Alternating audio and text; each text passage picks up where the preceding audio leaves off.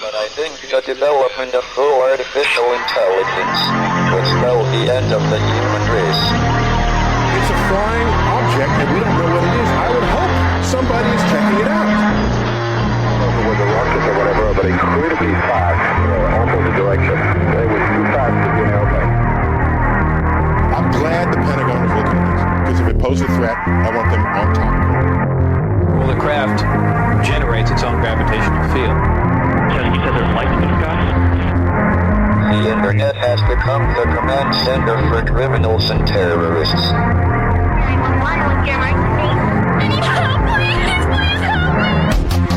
Aliens won't let it happen. You know, that's what we're instructed to say. Roswell, Area 51. Alien kept deep under the ground.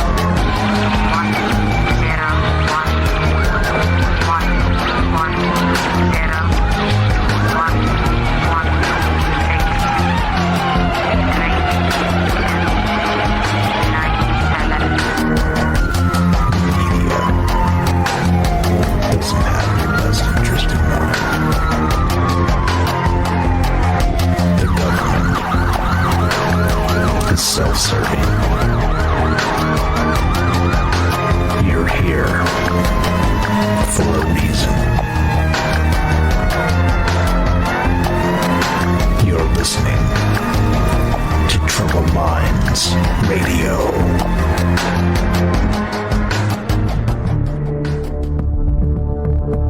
Broadcasting live from a secret bunker just off the extraterrestrial highway.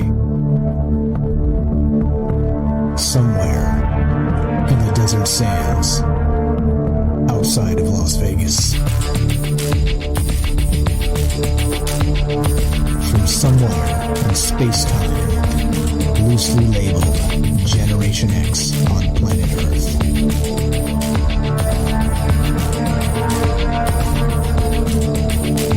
And asking questions of you in earnest into the digital darkness.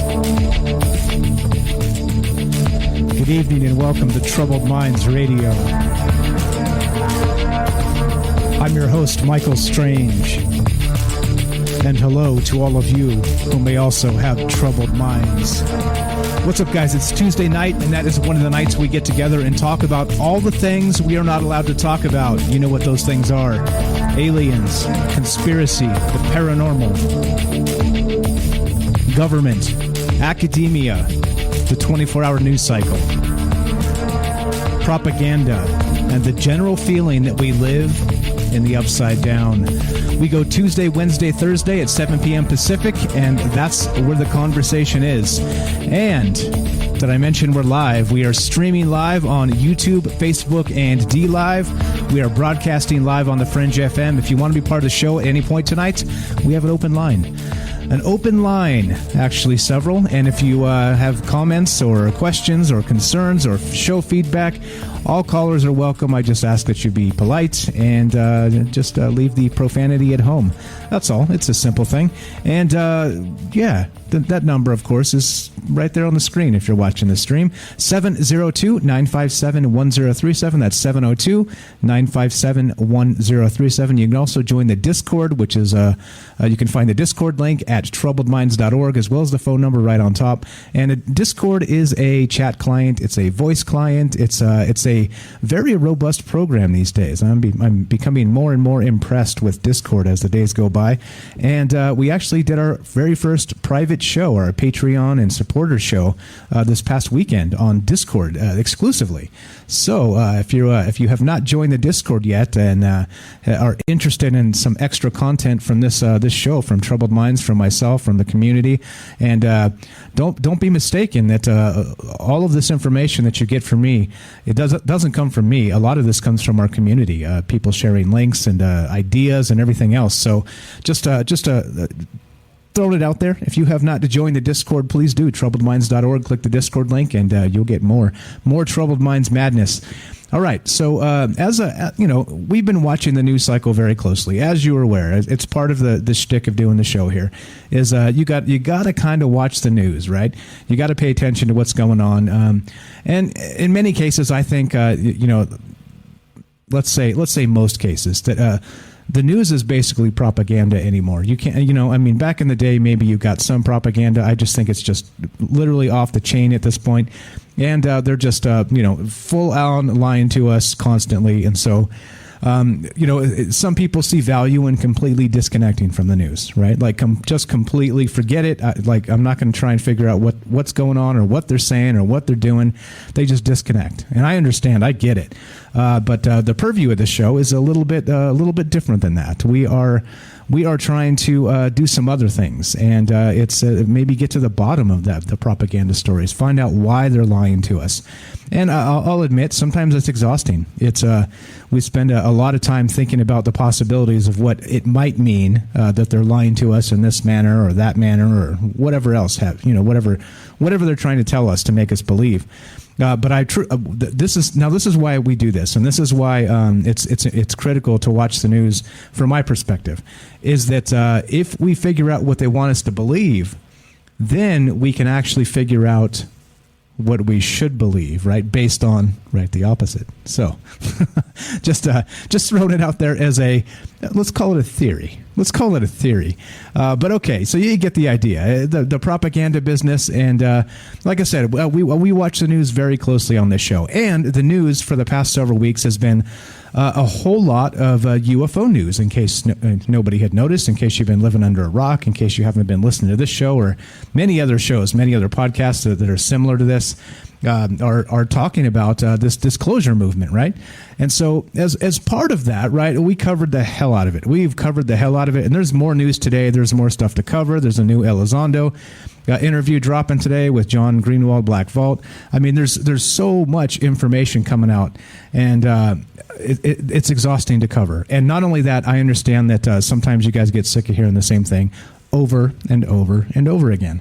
So, I watch the news, and I like to use the technocracy's tools against them. And so I've pointed this out in the past, and I have a nice email set up where I have alerts, these nice Google alerts that alert me when keywords pop in the news. And sadly, just to give you some examples, I have things like mass surveillance and conspiracy and, things like that, like you would expect, as you hear me talk about from time to time. The paranormal, UFOs, To the Stars Academy, things like this. But unfortunately, I have a particular keyword, werewolf. A werewolf. It never gets any love in the news. It's weird. It's really weird to me. It's like, really? You're telling me there's no news about werewolves recently? I mean, come on, there's got to be something, right? There's got to be something. But so anyway, I was much to my surprise today, as I was going through my news cycle scouring and the keywords that I use against the technocracy, there was a story about werewolves. And I was like, yeah, hell yeah, that's what we're doing tonight. So there's a couple things that we're going to talk about as we kind of maybe kind of shimmy this into a werewolf tale. And maybe some different things regarding maybe ley lines tonight. We'll talk maybe a little bit about maybe particular areas in the world that may be susceptible to these sorts of things, and possibly even maybe a portal or two. You understand what I'm saying here? So in any case, as part of that, we'll get to this as we continue speaking about this. But if anybody's been watching that Skinwalker Ranch documentary, I say documentary, but you know what I mean, wink, wink. If it's on TV, right, in a documentary, wink, wink. But it's been pretty good, right? Like sometimes I have a hard time because I don't like watching for 45 minutes grown men digging a hole with a scary music backdrop. Know what I'm saying? Like sometimes that irritates me a little bit, but other times on that show they do some interesting things. But in one of those interesting things, by the way, is they're looking for a portal of sorts, right? And of course, Skinwalker Ranch, if you guys don't know, is in the Uintah Basin in northeastern Utah, I believe, and it's been known to have all kinds of strange, weird phenomenon. Okay, meaning UFOs, meaning this entity which is known as the Skinwalker, of course, and other things, right? Like poltergeist type phenomena. Anyway, it's weird, and so one of the ways they're kind of looking at getting to the bottom of it with some new scientific tools and things like this on the Skinwalker Ranch program is that they're trying to, what would you say, to figure out what's causing all this, right? All this madness.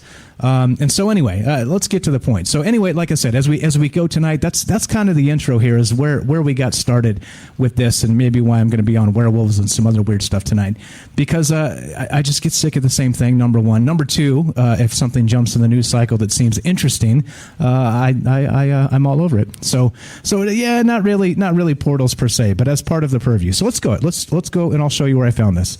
Let's just go straight to it. And again, if you want to be part of the show at any point tonight, you know what to do. Give us a call at 702-957-1037. That's 702-957-1037. This is Troubled Minds. I'm Michael Strange, and we're talking about weirdness, high strangeness. Now, this is from the dailystar.co.uk. I know, smack your forehead, the Daily Star. But there's another source that they took it from, which I'll show you in a sec. But here we go. Werewolf hunter reveals UK's paranormal triangle where terrifying beasts gather.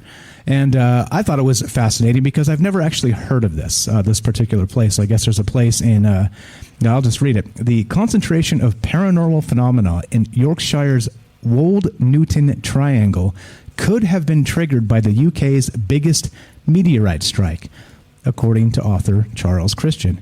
And so this is where this kind of started. This was in the news. This is brand new. This is from May 30th, 2021. And it's hard for me to turn down a new article about werewolves when it hits the news cycle. So as a result, it kind of got me thinking about not just werewolves in particular in this particular area, the Wold Newton Triangle, and which we'll talk about shortly. But it also got me thinking about the recent phenomena of the full moon and the eclipse, the lunar eclipse that happened. Was it? I think it was a solar lunar eclipse. I don't know. We'll get to that in a sec. But anyway, it kind of, as maybe, and then of course, down the rabbit hole, portals. But anyway, here we go. Right back to the Daily Star for a sec, just to kind of set this up for tonight. So there are more reports of paranormal events in the UK than almost any area of comparable size on Earth, this article says. And East Yorkshire has a strong claim to being the spookiest area in Britain. Specifically, the area of East Yorkshire known as the Wold Newton Triangle, named after the village which finds itself at the center of this mystical area. The area is particularly notorious for werewolf sightings. One misty night in the 1960s, a lorry driver, which of course for you North American types, a lorry is a truck. I had to learn that somewhere back in the day, reading these great, fantastic UK stories, because I didn't know what the hell a lorry was, but now I know. It's a truck, so a truck driver. So anyway, I digress. One misty night in the 1960s, a lorry driver was making his way along a remote Wolds road. As his vehicle trundled along, he glimpsed a pair of red eyes in the murk. Seconds later, a wolf-like creature tried to smash its way through the windscreen. Author, paranormal researcher, and sometime werewolf hunter Charles Christian told the whole Daily Mail in 2015, this account provides a glimpse of the weird happenings within the Wold Newton Triangle. And so of course, oddly enough, it gets me to start thinking about, all right, so if there are hotspots like this, where we're not just talking about werewolves, of course. Let's go to the top here. And it's not only that. Let's go to the next one. They say in this particular area, it's not just werewolves, it's dragons and fairies and other weird things, right? And so that's kind of the really the basis of tonight. I didn't really know, what to make of it other than maybe portals, maybe Skinwalker Ranch, maybe if there's a hotspot like this, maybe ley lines, maybe, I don't know, right? Of course, this is, as you well know, this is not the answer show. This is the question show. But it did kind of trigger some questions in my mind, which I thought were fascinating to me anyway. I hope they're fascinating to you. So anyway, here's a map of the area, the Wold Newton Triangle, all right? And so this is, oddly enough, on the map, they have pictures of little dragons and little fairies, little wolves, things like this, particular areas where, of course, these things have been seen in the past. And check this out. Quote, this continues from the article. Quote, that part of the country was once infested with wolves, said Mr. Christian, whose book, A Travel Guide to Yorkshire's Weird Worlds, explores some of the area's horrifying tales. Up until the 18th century, there was still a wolf bounty for anyone killing them. It was known for the wolves to dig up corpses from graveyards. From that sprung the idea that they are supernatural beings who took the form of werewolves. So there's a legend of a werewolf. Now, this one got me thinking, and I looked into this a little bit because this is kind of a cool story. There was a legend of a werewolf called Old Stinker. He added, a great hairy beast with red eyes, who was so called because he had bad breath. Old Stinker hit the news as recently as 2016 after reports of a sighting at the monster at Barmston Drain in Hull, which is well outside the triangle, but shows the fears remain. So anyway, a woman claimed the beast had a German Shepherd in its mouth and was 8 feet tall. All right, 8 feet tall. Now, very similar in cases here where we have, what would you say? Very much like Skinwalker Ranch, right? They've described large wolves at Skinwalker Ranch, like so large they could be nothing but actual dire wolves from the past.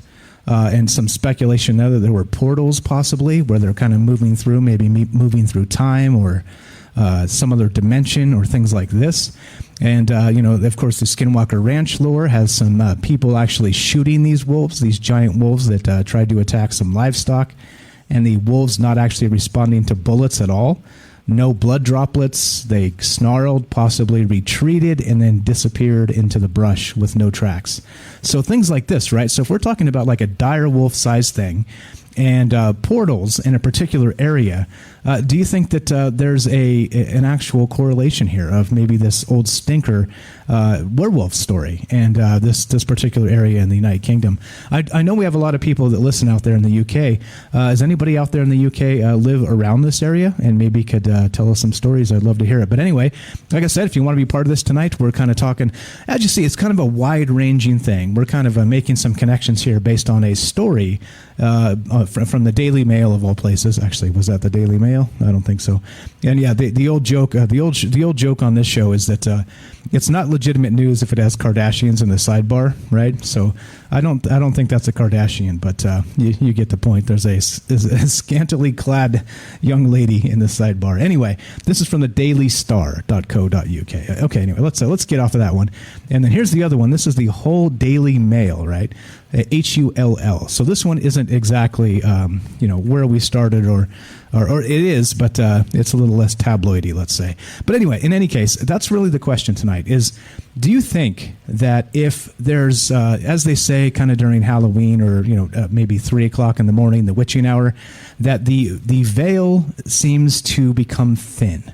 And as a result of this, maybe spirits or entities or things, whatever you want to call them, are able to move freely between worlds when the veil is most thin, right? So that's describing a time of year, right? Of course, Halloween, of course, after the harvest and it's starting to become cold and death creeps in and all these things, right? But do you think it's possible that not only is it maybe like a seasonal type thing, when the season of death approaches per se, because people freeze or starve to death, or historically the wintertime has been horrific in many parts of the world.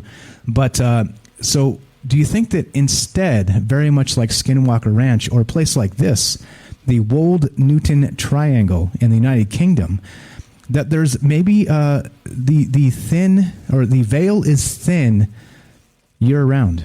Or it kind of got me thinking also with this recent weird moon and eclipse and this whole thing that happened recently as well, that maybe these possible, let's call them portals for lack of a better term, where things kind of phase in and out of our reality or the one from which they came, that maybe these lunar or celestial events influence these movements back and forth, very much like the werewolf of they used to say that they come out with the full moon, right? And there's some weird science behind this. We'll talk about this, but I know that anybody that's worked in policing or healthcare, hospitals, driven an ambulance, right? You have people, people that did these things. You have people that do these things in your family, whatever. They're definitely on a full moon. The emergency rooms start to fill up with just random things, right? So there's like this weird violence, and people start just kind of spurging out a little bit, right? So anyway, so influence of the moon definitely has an effect on people. I think that's pretty well scientifically established. But given that, do you think, again, the question of the night is, do you think that not just maybe these lunar cycles and celestial events maybe have a bearing on these portals, like I'm maybe describing or discussing here? But do you think that, I guess that's it. So there's a particular spot in England, right? And they say not just werewolves, they say dragons, they say fairies, they say all kinds of things. And it's been reported for hundreds of years in this particular area. Very much like they say, like the Bermuda Triangle and some other weird stuff. What's up? Richard says lunar ticks, like lunatics. Exactly, right? That's kind of based on the Latin term there, I believe, for luna, which is moon. And, right, so, crazy people come out when the moon's full. So I don't know. Like I said, is a particular area like this in the United Kingdom more susceptible because maybe there's a portal there? Maybe there's a some way where that veil, that Halloween veil, that 3 a.m. veil, where spirits or entities can cross from this world to the next. Do you think it's possible that there's areas in this world, for whatever reason, very much like Skinwalker Ranch as well, that these entities can kind of come across more easily, with impunity, as they want to, as they need to? And what the hell is really going on with all this? So anyway, just kind of some ideas to throw out there as I saw some news. Like I said, it's difficult for me to pass up. Like I said, when you watch a news cycle as hard as I do, and I watch the hell out of these news cycles, guys, but when you watch it and you finally get some werewolf news, I'm sorry, we got to do it. We got to go for it. So that's what we're talking about tonight. We're talking about this weird place in the United Kingdom where they say they've seen this werewolf by the name of Old Stinker. And not just that, fairies, dragons, all kinds of weird phenomena, which kind of, again, makes me think of Skinwalker Ranch. So, yeah, that's what's going on. So I don't know. I don't know what's up with this. Like I said, I don't have the answers. I'm the questions guy, and that's part of what we do here is maybe look at some of the stuff and ask some of the more esoteric questions that really don't get a lot of play anymore and in the mainstream media. But I was pleased to see that the news cycle actually had some werewolf type of situation news and whatnot. So yeah, good stuff. Good stuff for me. Good to maybe pull my head out of the UFO news. I hope you feel the same with all of the just the mass coverage of all this UFO stuff has been a little bit insane. Just been a little bit insane.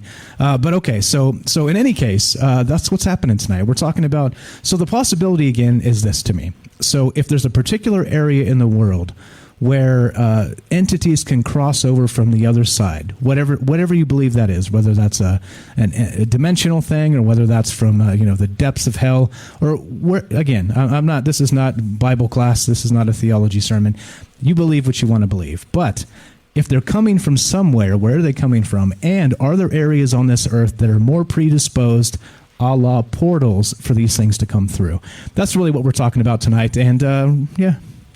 I hope it piques your interest and curiosity, and maybe you appreciate it like I do, that you can look at a news cycle and not want to punch yourself in the face because you got some sweet news about werewolves and this particular area in the United Kingdom. So anyway, that's what's up.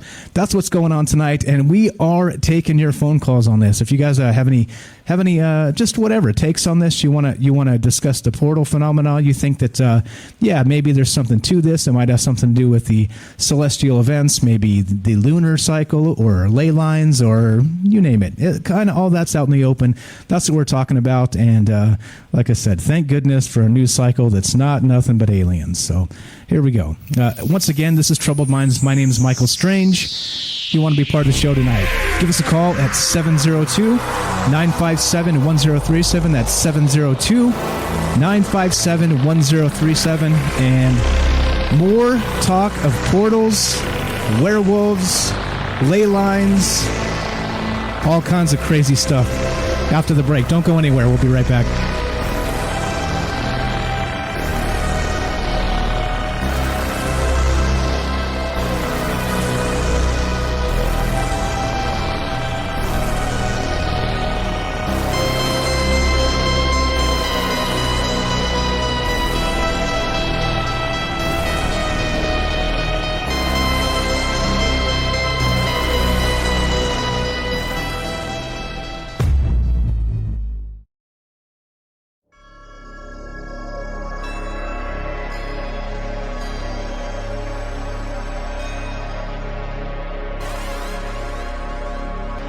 Welcome back to Troubled Minds. I'm your host, Michael Strange. We are streaming on Facebook, DLive, and YouTube. We are broadcasting live on the Fringe FM. We're taking your phone calls. Tonight, we're talking about portals, werewolves, ley lines, particular areas of the world where entities cross through possibly easier. If you know anything about this, I'd love to hear from you. Give us a call at 702-957-1037. That's 702-957-1037. And let's go. Let's do it. Let's kill this music. Where's the kill the music button? There it is. All right, so we do have a phone call coming in. We'll take that in just a sec. But like I said, it definitely warms my heart just a little bit here to not have to talk about aliens again. You know what I'm saying? It's like this news cycle has just been drenched in aliens, and don't get me on a tangent. I'm getting myself on a tangent. But, you know, it's just the same thing over and over and over again. Like I always say in the other show. I do another show, by the way, called Troubled Minds News. I just rebranded it. Everything's going to be on one podcast RSS feed instead of two. It's a little convoluted, hard for people to find. So we're just going to consolidate everything. But I do a news show on Twitch Monday and Friday at 3 p.m. Pacific. You can catch it live there. And then archives go to YouTube after that. But oddly enough, I say on that show that repetition is the easiest form of brainwashing, right?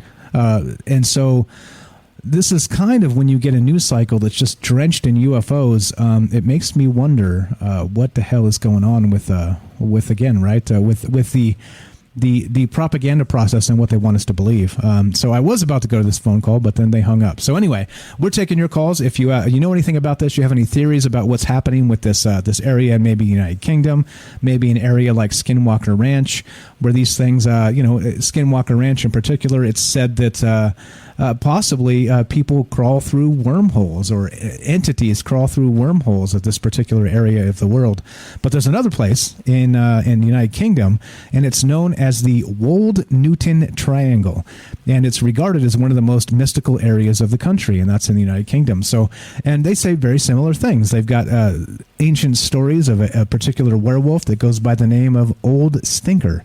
And what that means is he has bad breath. So apparently somebody got close enough to him, or maybe it's so bad that you don't have to get that close, but you get the idea, right? There's old werewolf stories, dragons, fairies from this particular area. So I can go through a few of these stories to give you guys examples and let you know where I'm coming from tonight. Like I said, it's a little bit all over the place. So we're gonna kind of hope that this makes sense. Like I said, sometimes it all makes perfect sense in my mind, and other times it makes no sense at all.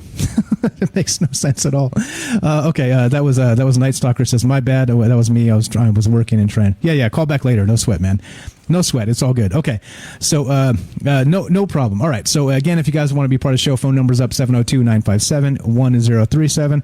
All good. But here we go. Let's just read a couple of stories from this particular area. And so like I'm saying here is that, the question for me tonight is this.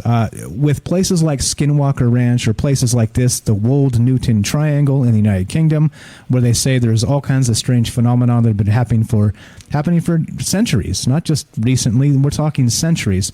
Or other places like, you could say the Bermuda Triangle, the actual Bermuda Triangle, right? Places like this in the world is, Alaska is one of them, where they say that many people end up missing because there's some sort of a possible mystical force, right, that's out there in the corners of the world where people do not reside as of yet, right? Because Alaska is such a deep wilderness. But in any case, that's the question tonight. Do you really think that there are areas in this world where maybe entities can kind of come through from the other side? Whatever that other side is, I leave that up to you. But are there areas that are more susceptible to this? And, maybe haunted areas of the world, or I guess you could probably maybe loop some of the maybe famous graveyards, like that one in Paris. I can't remember what it's called because my French is awful. But there's a really famous one in Paris that is said to be haunted. I guess you could probably put some really large cemeteries into this same sort of thing, as well as maybe I don't know. I don't know the theories here. Like I said, I leave that to you guys. I'll just kind of speculate and kick the can down the road here. until we get some phone calls. But there's some stories to tell from this article, which is fantastic, by the way. I did link it back in the chat, so you guys can follow up on me as usual. Like I said, I prefer that you guys see my sources, so you see I'm not just flat out making stuff up. Like we're out there sometimes, drink a lot of the maybe juice with some of these things, but it's a little bit weird to me that these fun stories don't get a lot of coverage as much as they should. So here we go. This is the Bermuda Triangle of East Yorkshire, inhabited by werewolves, dragons, and fairies, and this is from the whole Daily Mail. And here's just a few stories. Like, they're short, so let's burn through a couple of these so you see kind of what I'm looking for and where we're headed with this tonight. Where this kind of piqued my interest because, like I said, UFOs on the brain. But here we go. So they say this particular area, again, the Wold Newton Triangle in the United Kingdom, is plagued by werewolves. So the tales that most dominate are those of werewolves. One misty night in the 1960s, oh, here we go, this is the same one, a lorry driver was making his way in the remote Wolds Road. As his vehicle trundled along, he glimpsed a pair of red eyes in the murk. Seconds later, a wolf-like creature tried to smash its way through the windscreen. Author Charles Christian told the Daily Mail in 2015, and there we go, there's one. Here's another one, Old Stinker. So this guy in particular, Old Stinker, hit the news as recently as 2016 after reports of a sighting of the monster at Barmston Drain in Hull, which is well outside the triangle, but shows fears remain. And Old Stinker, of course, is that particular werewolf that's been sighted in this area for hundreds of years, all right? And so anyway, a woman claimed the beast had a German shepherd in its mouth and was 8 feet tall. Very much kind of like I said regarding the Skinwalker Ranch phenomena, right? It's the same sort of thing. It seems very similar to me, but is it? I think that's the question. Maybe these things are similar, maybe they are not. So here we go. We got a phone call. Let's go to this, and let's talk about whatever we're talking about. You're on Trouble Lines. It's Mike. What's your first name? Where are you calling from? Hey, Mike. It's Derek, the Night Stalker. What's up, buddy? How are you, man? Hey, man. Talking about weird stuff. You know what we do. Great. What's that? Go ahead. Yeah. Great show tonight. This like the triangle ley line portal thing is kind of right up my alley. It's kind of my main focus of my research is along like ley lines and portals and stuff. And we have one up near me in Massachusetts called the Bridgewater Triangle, which like I don't live that close to. I live like probably 50 miles away from. I'm closer to New Hampshire, so I don't really know a ton about it. But it's very similar to the other triangles you're talking about. It has like werewolves and dogmen and Bigfoot and red-eyed creatures and like puckwudgies and stuff. A lot of people like credit the King Philip's War, like the war with the colonists versus like Native Americans in Massachusetts, as to why it's like such a hotbed for paranormal activity. But it was known as a sacred spot from before that war ever started. So it's my belief that these battles and these like kind of big events are like bloodlettings on these sacred spots. Like I live in the town that had the most witches killed during the Salem witch trials, and it's an exact mirror of the town where the witch trials were held in England. And like the first person killed was a person who was like who killed like the King of England like 30 years before, and he had fled. So there's a weird like chain of events that kind of wrap around all these things, like almost as if like the early Americans were like consecrating these like hallowed lands for like their own purposes. You know what I mean? Like Gettysburg is the same way. Like it had paranormal activity pre-Civil War. There was like green orbs and weird red-eyed creatures before the Civil War. So I think like a lot of times these battles and things happen on these sacred spots. But if you want to get into like why I think it's they're like mystical, it's I kind of think of them like almost like terminals, like plane terminals, where all different kinds of high strangers can come in and out of these regions, but it doesn't mean they're all like the same thing. It doesn't mean like they're all going to hell and they're all demons, or they're all going to space and they're all UFOs. It's almost like it's just this place where kind of the different realities rub up against each other. This nexus point is a term that they use kind of in comics, like a nexus. Like, so you go to this region the same way you go to an airport, but then from that region you can take flights, you can take portals to whichever realm you're going to. And I've noticed in my research that it's highly connected to mystical source waters, quote unquote, which is like rivers and creeks and springs in particular. Like a lot of the ancient sites have springs at them. So like Skinwalker Ranch, for instance, it's not just Skinwalker Ranch that's haunted. It's that whole area. It's a basin. It has like 5 different rivers, like the Strawberry River and like a few other ones that I don't know. But the season finale of the first season of Portals to Hell was at a hotel. Was at an inn, the Strawberry River Inn, which is across the river from Skinwalker Ranch. So a lot of in the Bridgewater Triangle, it's on a giant marshland. A lot of these are connected to marshlands and like wetlands and rivers and that kind of stuff. Like in marshlands and rivers, I mean marshlands and swamplands are places where the ancients considered the veil to be thin. It's where on our plane, on the 3D plane, the land meets the water, but in the metaphysical planes, it's where the realms merge too. So they consider it to be sacred. I'm kind of rambling. I'm trying to get it all in quick, but that's okay. That's basically it. Yeah, okay. Just a couple quick questions for you then. So do you think that there's something specific with the land then, like with the water in particular, like you described, or do you think that, like you said, the natives maybe had maybe ritualized a curse of sorts in these particular areas? Is it related, or those two different things? I think it's natural. This is maybe its own episode we can talk about. But I believe there's something called, I call it the ley line portal grid. It's also called the world grid, or like the Templar line grid, where the same way we have chakra points on our bodies and like acupuncture points are like vortexes that are being opened and closed. So the same way our body has that, the earth body or any celestial body has these spots too. And that's honestly what I believe is to be a major chunk of information that the elites have that we don't have, is they know where these spots are. They know where these because they stole them from Native Americans, or this is what they study very closely. This is why map makers are so important back in the day. This is a huge part of the information. So they know where these spots are, and then by having control over these spots, it's almost like whack-a-mole, where they're not always open. But every once in a while, they'll pop open or they'll activate.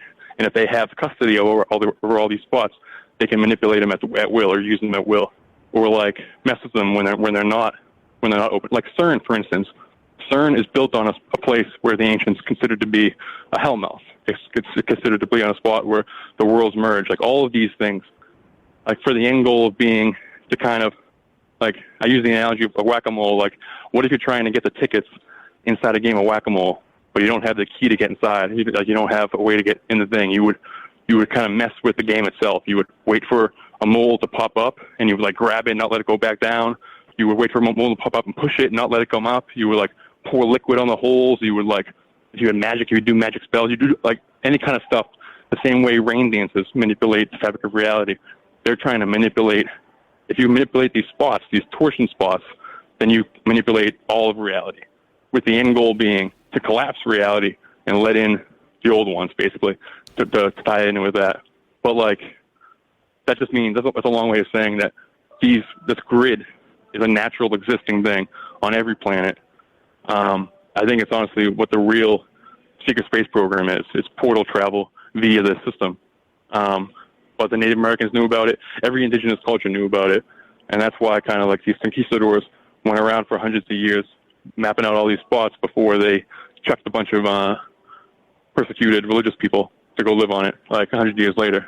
They went around and they got it all up. So basically now it's either government buildings, military installations like Raytheons, Lockheeds and stuff, churches. I think a lot of the protests that were happening last year are on these spots, but also reservation areas. That's why Native American reservations are usually hotspots for these areas, and also golf courses, anywhere that is controlled by the powers that be, essentially. And it's naturally existing. The indigenous cultures around the world could see it, or knew it too as part of their culture, so they built their mystical sites around that. And I don't know. Now over the last 100 years or whatever, the term haunted and cursed land or whatever has become the norm. But I think that's honestly on purpose. I think it's more so this is a natural system, a natural grid all over the cosmos, and it's being co-opted. I'll let you go. I know I'm rambling, but no, it's you're very good. dense. You're good, man. I appreciate the call. Thank you. That's Derek from Massachusetts, the Night Stalker. Thanks for taking time out of work to call us, man. Great stuff as always. We'll talk to you soon. There you go, guys. Good stuff. I think that's a good sum up of many of these things. Is that I was going to get to that. That's part of the purview of the show tonight. Is this grid, right, known as ley lines? And I was wondering, I didn't get a chance to do like the deep dive and the research on this and find out where these suspected ley lines cross. But it has been said that in areas like this, like Skinwalker, or this triangle, the Bermuda Triangle, possibly, or this what is it called, the Wold? What is this? The Wold-Newton Triangle in the United Kingdom is in particular that it's possible that these ley lines cross in these areas. There's this nexus that Derek was talking about, meaning that it is a paranormal hotspot of sorts, and that, for lack of a better term, that's really what these types of things tend to be, right? And so as a result of that, what does it mean though?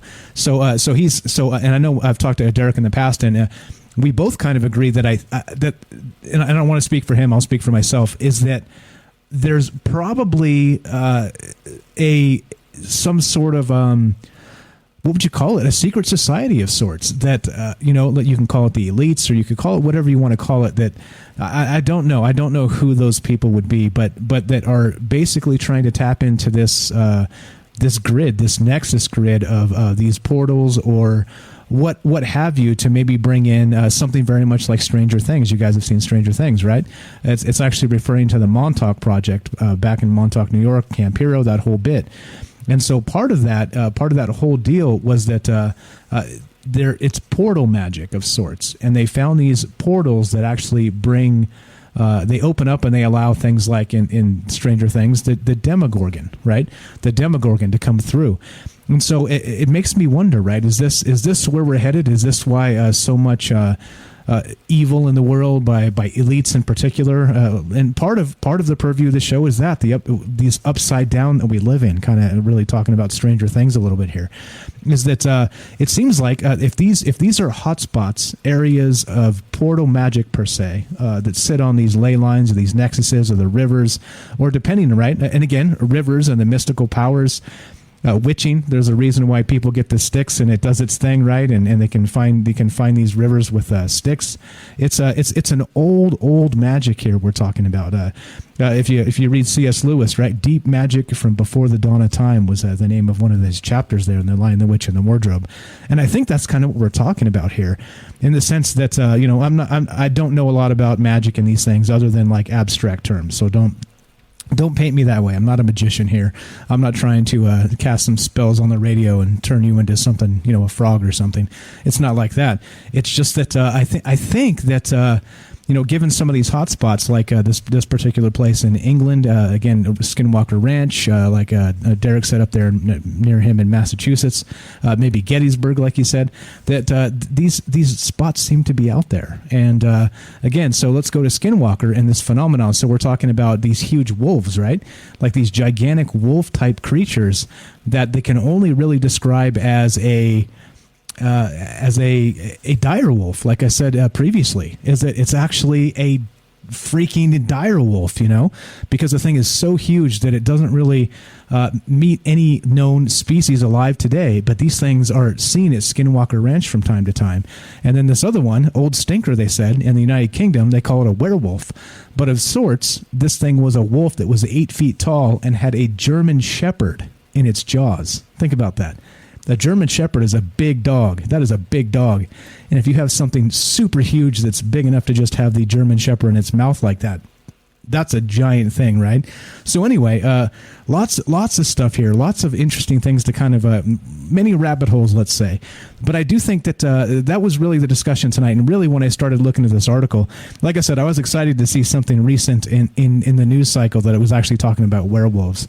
And so I'm a little bit giddy here regarding that. And some of this, I don't know, it is nice to not be able to talk, politics or surveillance state or, UFOs or the things we normally do. So it's nice to kind of peel off a little bit and maybe work in some portal magic and some Bermuda triangles and this place, the Wold Newton Triangle, places like Alaska, things like this, right? I think it's important to kind of work some of this in, just to expand not my mind, but maybe your mind to the possibility of things that may be happening out there. But anyway, so I do want to hear your theories, right, regarding this. Like I said, I'm going to put the phone number up again. We had a great call from Derek there. As always, Derek always has great stuff. That's the Night Stalker on STOCKER. And you can find him on the Fringe FM Discord, which you can go to fringe.fm/chat, and it'll take you straight to the Discord if you want to ask Derek some questions, because he's got some fantastic theories, in my opinion. Very, very good stuff. So, okay, so like I said, we're taking your phone calls tonight. If you have theories about this, I think that was a pretty good one there from Derek. But what do you think? Do you think that there's some sort of curses here, like they've said at Skinwalker Ranch, that the Ute tribe was cursed by the Navajo, or the Navajos cursed the Utes, I think is what it was, because they had enslaved them or something like this, and so that land was cursed from time immemorial, and as a result, it gets these skinwalkers, right? It gets this bizarre phenomena. It gets these lights in the sky. It gets portals opening up, and these trickster entities or demons or skinwalkers or whatever you want to call them, kind of stomping around the land, doing things and acting like poltergeists, really, right? So that's what we're talking about. So good stuff. Again, like I said, it's nice to maybe see something in the news cycle that really changes your mind about, I don't know. I'm just sick of UFOs, to be perfectly honest.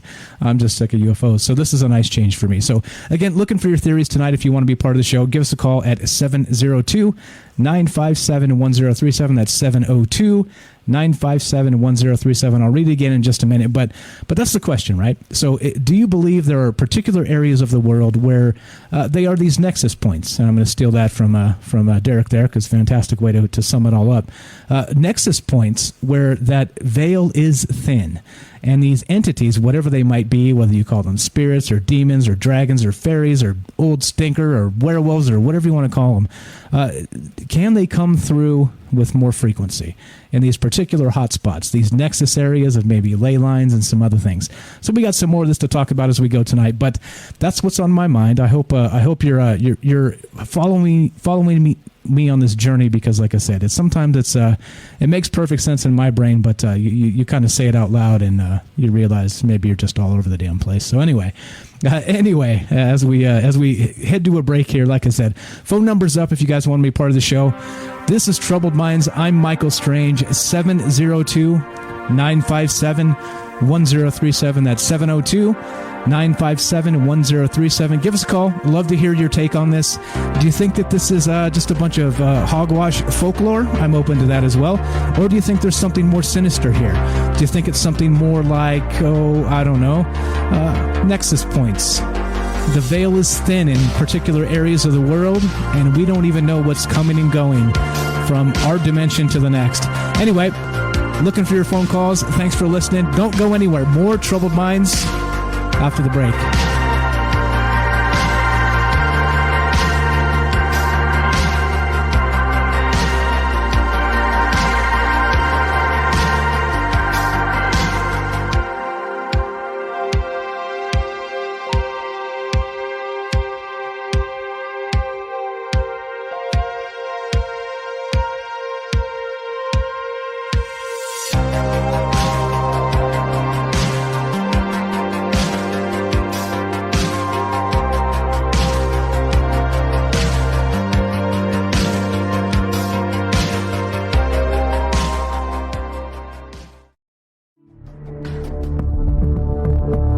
Broadcasting live from a secret bunker just off the extraterrestrial highway. Somewhere in the desert sands outside of Las Vegas. From somewhere in space-time, loosely labeled Generation X on planet Earth.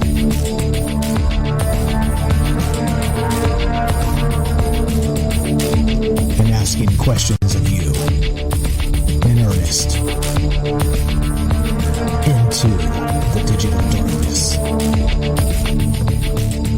evening and welcome to Troubled Minds Radio. I'm your host, Michael Strange. And hello to all of you who may also have troubled minds. What's up, guys? This show is live. If you want to be part of the show tonight, the number to call is 702-957-1037. That's 702-957-1037. That's a Las Vegas area code. You can also join the Discord. It's free. It's a chat client, voice client, troubledminds.org. Phone number and the Discord link right on top of the website. You can't miss it. We're streaming on Facebook, YouTube, and D-Live, broadcasting live on the Fringe FM. And this is a show, of course, where we talk about all the things we're not allowed to talk about. You know what those are? Aliens, conspiracy, the paranormal, the government, academia, the 24-hour news cycle, propaganda, and the general feeling that we live in the upside down. And that's what we're doing tonight. The topic tonight is actually manyfold. It's not just werewolves at this particular area in the United Kingdom that may be a hotspot for the paranormal, or Skinwalker Ranch, or the Bermuda Triangle. The question is this: if there are hotspots, paranormal hotspots in the world, what causes these things? And not only that, do you think they're dangerous places? I mean, like Derek said when he called again, great call, Derek. He was kind of describing this as maybe these things have been deemed haunted as a way to maybe keep people away, to keep people wary, while people at large are actually trying to harness the power of whatever these things happen to be. And, of course, if we have ley lines crossing, if we have natural phenomena, if we have all kinds of different things that possibly may generate this wormhole type effect between realities, then that's what we're talking about tonight. Like I said, it's not as simple as werewolves and the full moon. I think it's probably a little bit more in depth than that. But we got a couple phone calls, so let's go straight to these guys. Thanks for waiting for so long for us. Appreciate that. Paul in New Hampshire, you're on Trouble Minds with Mike. How are you, my friend? Hey, Mike, how are you? I got a weird connection right now. You're a little echoed. Can you hear me all right? I hear you perfectly, my friend. Go right ahead. All right, cool. Hey, it's pretty cool you're talking about these things, because I was just going to do a little research about this within the last weekend or so, about the ley lines and whatnot, more than, I guess, I'm going to be honest with you. When we get into these things about werewolves, ghosts especially, I've been dealing with some paranormal people lately. But the ley line thing has me interested. With that being said, I think there's enough evidence there when you look at where these things are. And, I think you said it, we're getting sick of UFOs. But I think this is kind of my segue into what you think about this and why this happens, is the fact that you actually do have a lot of good information on these things. And not only information, evidence. People that have been pilots flying for certain airlines. I could bring up names. I'm not going to do that right now. But these guys actually did studies of these things. And then you also have the fact that some military bases have shown up in some of these spots right along these ley lines. If we start at the pyramids, we can draw lines across the globe and go into these ley lines. And the Bermuda Triangle just happens to be right in one of these pinpoints. But I think the main information there is that you also have plenty of megalithic structures, places where the Vikings lived, the Phoenicians. You go right into England, where some of these crop circles have shown up over the last, 40 years or so since this has been going on. And these people actually, saw this, and they weren't the only ones. The government knew about this and then started to build what seems to be military bases along these places. So was there some kind of energy thing going on in, with the earth and this and that? But here's my, kind of thought on this is that it seems to be when you bring up these other things, ghosts, spirits, okay, whatever, we've all dealt with poltergeists at one point, which you can also use this in retrospect to bring up information about abductions, that, there's a correlation between abductions and poltergeist activity, and were they actual ghosts, or maybe it was alien. But, werewolves and all that. I'm an evidence kind of guy, Mike. I think you know that. And I think that's where I'm going with this. It's like, where's the evidence for all of these other things that isn't a fake video, that isn't somebody bringing it up online or anywhere else for that matter, on a show that's getting millions of viewers every night, like Paranormal Caught on Camera on Travel Channel, that shows nothing but fake crap and then sticks a real one in here once in a while. Yeah, well, it's the truth. I mean, you're right. You know. Yeah. So, Mike, how do we sift through all of this to get to the actual facts? And I think there's enough information for anybody like you or I, and I'm pretty sure you've done the research too. You talk about it so well that I think the proof is in the pudding there. And yet we all come back to the same rhetoric in that, well, are there aliens and are we sick of the UFOs? Well, I think that's the other part of this is that, well, yeah, we're sick of it because we already know the truth. And when is the actual truth going to come out? And again, I go back to this every time we talk, and every time I talk about it on my channel, is that we're never going to get there. It's just a nonstop barrage of so much confusion that how do we get to the real stuff? Yeah, and I think that's part of being alive, man. I mean, unfortunately, this is our lot in life as humans. We're not meant to know some of these secrets, in my opinion.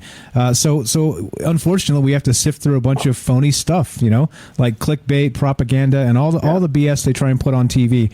Like, I agree with you, that show you mentioned. I'm not going to say it because, well, let's not give them some press they don't deserve. But there are shows out there that are just basically full of fake stuff. And they put it out there and they're like, oh, what about the mysteries of the netherworld? And you're like, no, that's CGI. That's bad CGI. Like, come on, bro. But well, I mean, again, here we are instead, right? I mean, and I think it's part of the, I'm not sure. I don't know what the, other than, the money thing, the profit motive there. I don't know what the agenda would be other than that, because it seems like, very much like I believe there are some conspiracy movements that are probably, covert operations meant to subvert like actual conspiracies. I think that stuff definitely exists, but maybe on like a crappy cable program. I don't know about that. I think they're just clickbaiting it up. But anyway, so what do you think then about this portal stuff? The ley lines, the portals, and the rest of this? Do you think there's something to this then, or do you think we're just kind of witching our stick in the air and getting no water, if you know what I mean? Well, as far as portals go, I think most of the actual evidence that you're looking at now, a lot of the video evidence, and again, when we're talking about physical evidence, you have to look at the ley lines and where these places were built. So is it possible? Yes. Is it something that I think that we can prove right now with just factual evidence? Is a kind of no. And I get back into what I've been saying. It seems to be a nonstop rhetoric of, well, look, there was a rocket that launched in Norway, and it's a portal, and it's what it was. It was a rocket. This has been going on for years of this disinformation campaign to take your mind away from the real things at hand, because they're never going to tell us these. So it's a nonstop barrage of, is it possible? Of course. But do I think it's something that's provable right now? Even if you go into the Hadron Colliders and the tests they're doing and science right now and all the theories that have come forward, I think in a day and age now when we have more surveillance than ever, more accessibility to information, that this is the reason why they keep throwing these things out there, is to take our minds away from the real problems at hand. And that is the fact that, well, we're in a world that's controlled by government, with people that have all of a sudden become complacent with no matter what you hear, you're going to believe. And I see this a lot, by the way. It's so easy for a website to get a bunch of followers. And, I'm just saying, on the cuff. Doesn't matter what. I could put up a page about unicorns tomorrow if I word it right. Everybody's going to believe in unicorns on my page because I thought I saw a unicorn one day. well, you were in the field. It was a deer. It had, it was a spike horn. Hey, man, come on, Paul. Come on. Though, you can't burst my bubble and tell me unicorns aren't real, bro. This is the wrong show for that. Come on, man. Well, there you go. Well, you know what? They taste really good, by the way. We're very tender. Not saying, fishing game hopefully doesn't show up at my house. I have a couple of horns hanging on my walls, by the way, guys, that, just saying. But, I think you get my point, and it just seems to be this not an ongoing rhetoric of let's fill the field with so much information that, how do you, I hate to say that people are easily influenced, but it seems to be, it's not that hard at this moment in time that for people that are, a little younger, that haven't seen what it was like to have fake, bodies and watch a Sam Raimi movie and what demons look like with egg whites on their eyes. And now it's okay. All you take is some egg whites and some eyes and now demons are real too. It's what it is. I think we need to get to the meat and potatoes, the truth. And it just seems to be very hard with all of these things. I mean, Mike, honestly, we're talking about Bigfoot earlier. I heard you. When's the last time you saw good footage? And that was the Patterson footage, and they eventually stabilized that, made it look really good. And if you look at that footage, the guy's got the bottom of his feet are white because it's leather boots. And it was like, man, that really kind of dejected me. I would wish Bigfoot, that footage was real. That's some of the stuff that made me really want to do what I do, because I thought that was real. And then when I saw it stabilized and actually analyzed it, I came to the conclusion that that's just a guy in a suit. And there's a lot of guys in suits right now. So, careful with what you look at and what you go through. Careful what you ask for, because you might get a Bigfoot in your backyard and it might be a dude in a suit. Paul, you're the best. Right. I appreciate the call. Everybody follow Paul, the New Hampshire UFO Hunter, New Hampshire UFO Hunter on YouTube. Thanks for the call, my friend. We got a call behind you. We got to go. You're the best. As always, we'll talk to you soon. I love you, Michael. Good job. Great show. Thanks, I'm bro. hanging out. Thanks, bro. Appreciate it, man. Talk to you soon. Talk to you soon. All right, there you go. We're taking your phone calls tonight, guys. We're talking about this portal stuff, right? The Bermuda Triangle, this place in the United Kingdom known as, I have to look it up again because I'm not from the United Kingdom. You forgive me.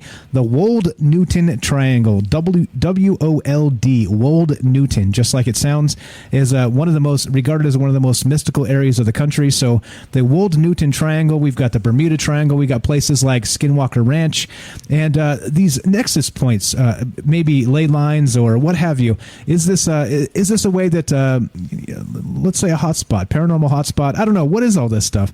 That's really what the question is tonight. We're just kind of taking your phone calls at 702-957-1037. You can go to troubledminds.org. That's the official website.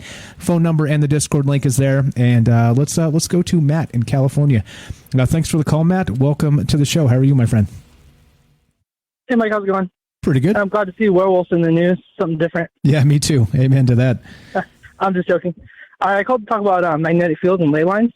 Okay, so these magnetic fields we're talking about, stuff we're talking about tonight, like werewolves and ghosts.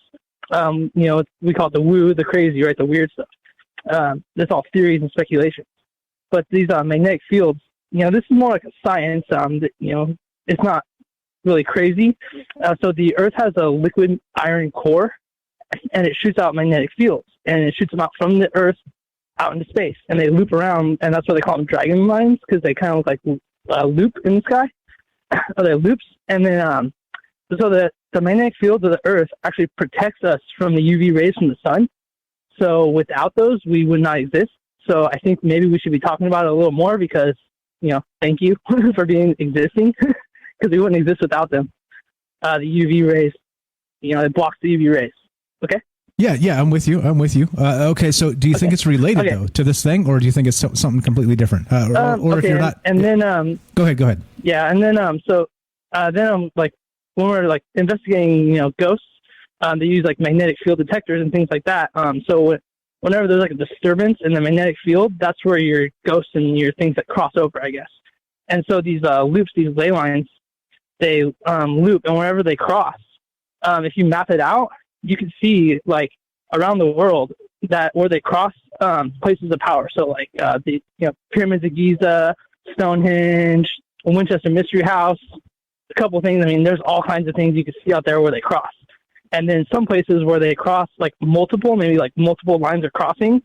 And then also have to remember too that they're looping in the sky, but they're also looping underground, back to the Earth. So I think that's what's going on with the Skinwalker Ranch, is that the magnetic fields are looping up in the sky and also looping underneath, and it's causing like a big magnetic disturbance. And that's what all the stuff going on at Skinwalker Ranch, all this crazy stuff that's going on there.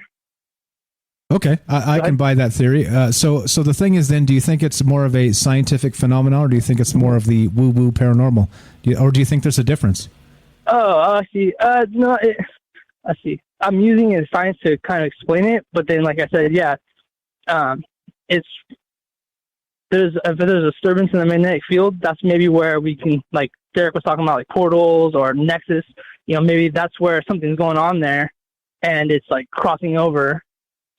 So can I've actually been to these places called mystery spots. Can I talk about that? Did I have time? Yeah, definitely. Go ahead. Okay. So this place is called the Mystery Spot. There's one in Santa Cruz, California. Now they're all around the world, but there's one in Oregon. They call them vortexes. And so if you guys out there, if you're Google search it and look it up, they're like tourist attractions now, where you gotta buy tickets and go to the gift shop.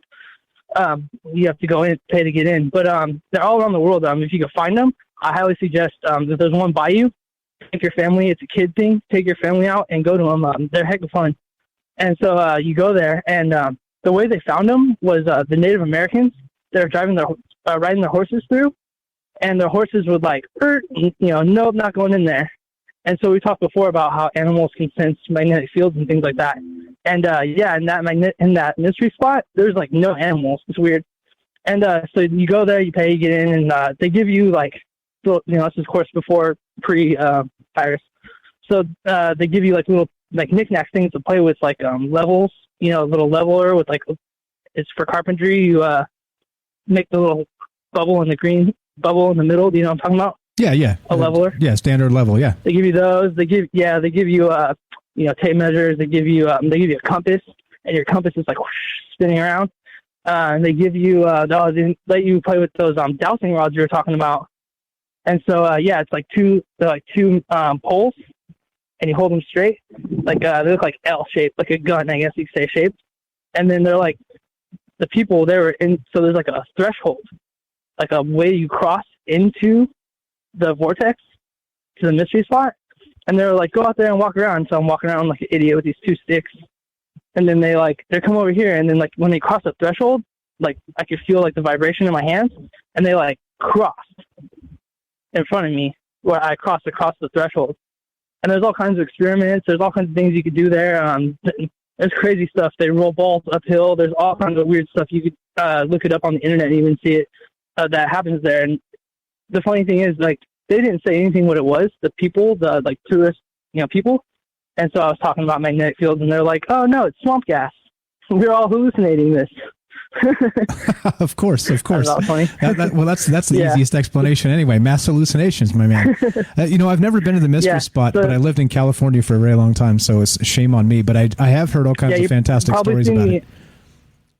Yeah, you've probably seen the bumper stickers everywhere. They have exactly. Them. Yep. But yeah, if you get a chance to go to one, I don't know if there's one in Nevada, but they're all over. If you guys get a chance to go to one, they're really fun, and you learn a lot of stuff, and just see it. And yeah, like I said, it's just a weird phenomenon.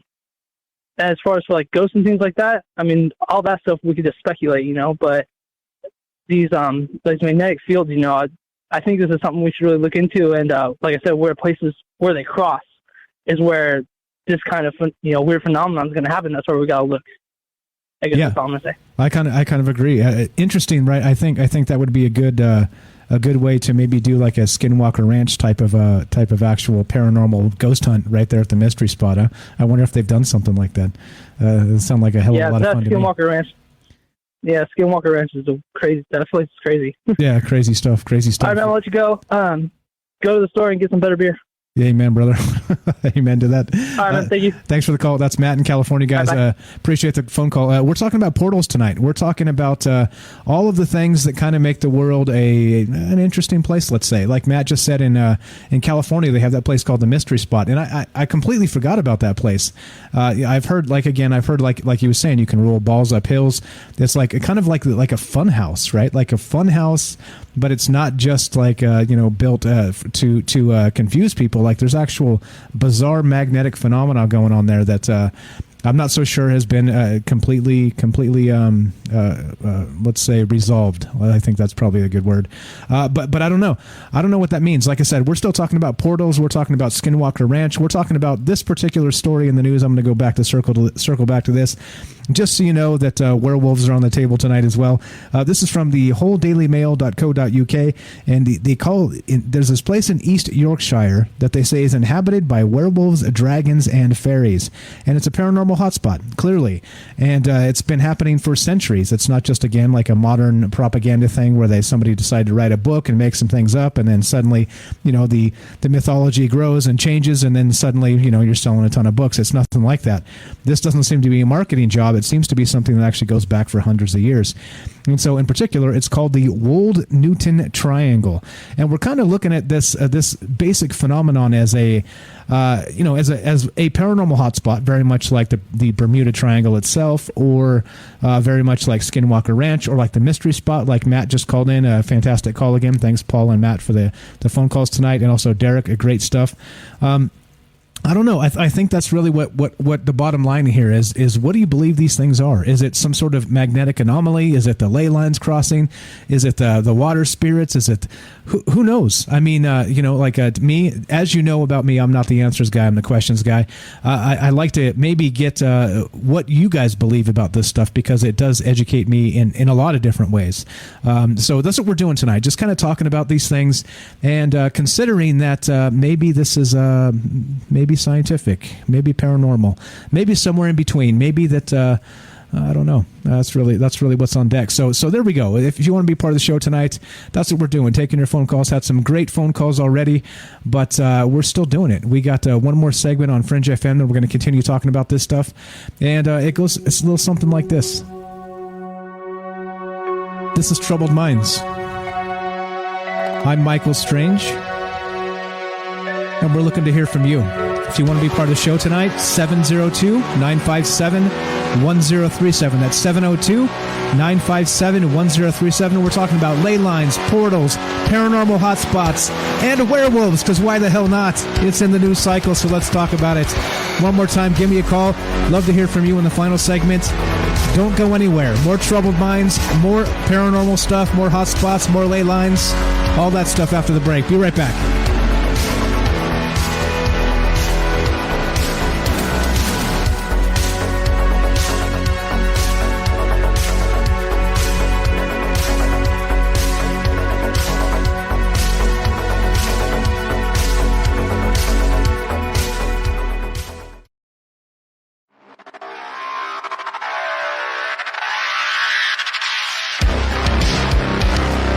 Welcome back to Troubled Minds. I'm your host, Michael Strange. Tonight, we are talking about portals, paranormal hotspots, nexus points of a sort.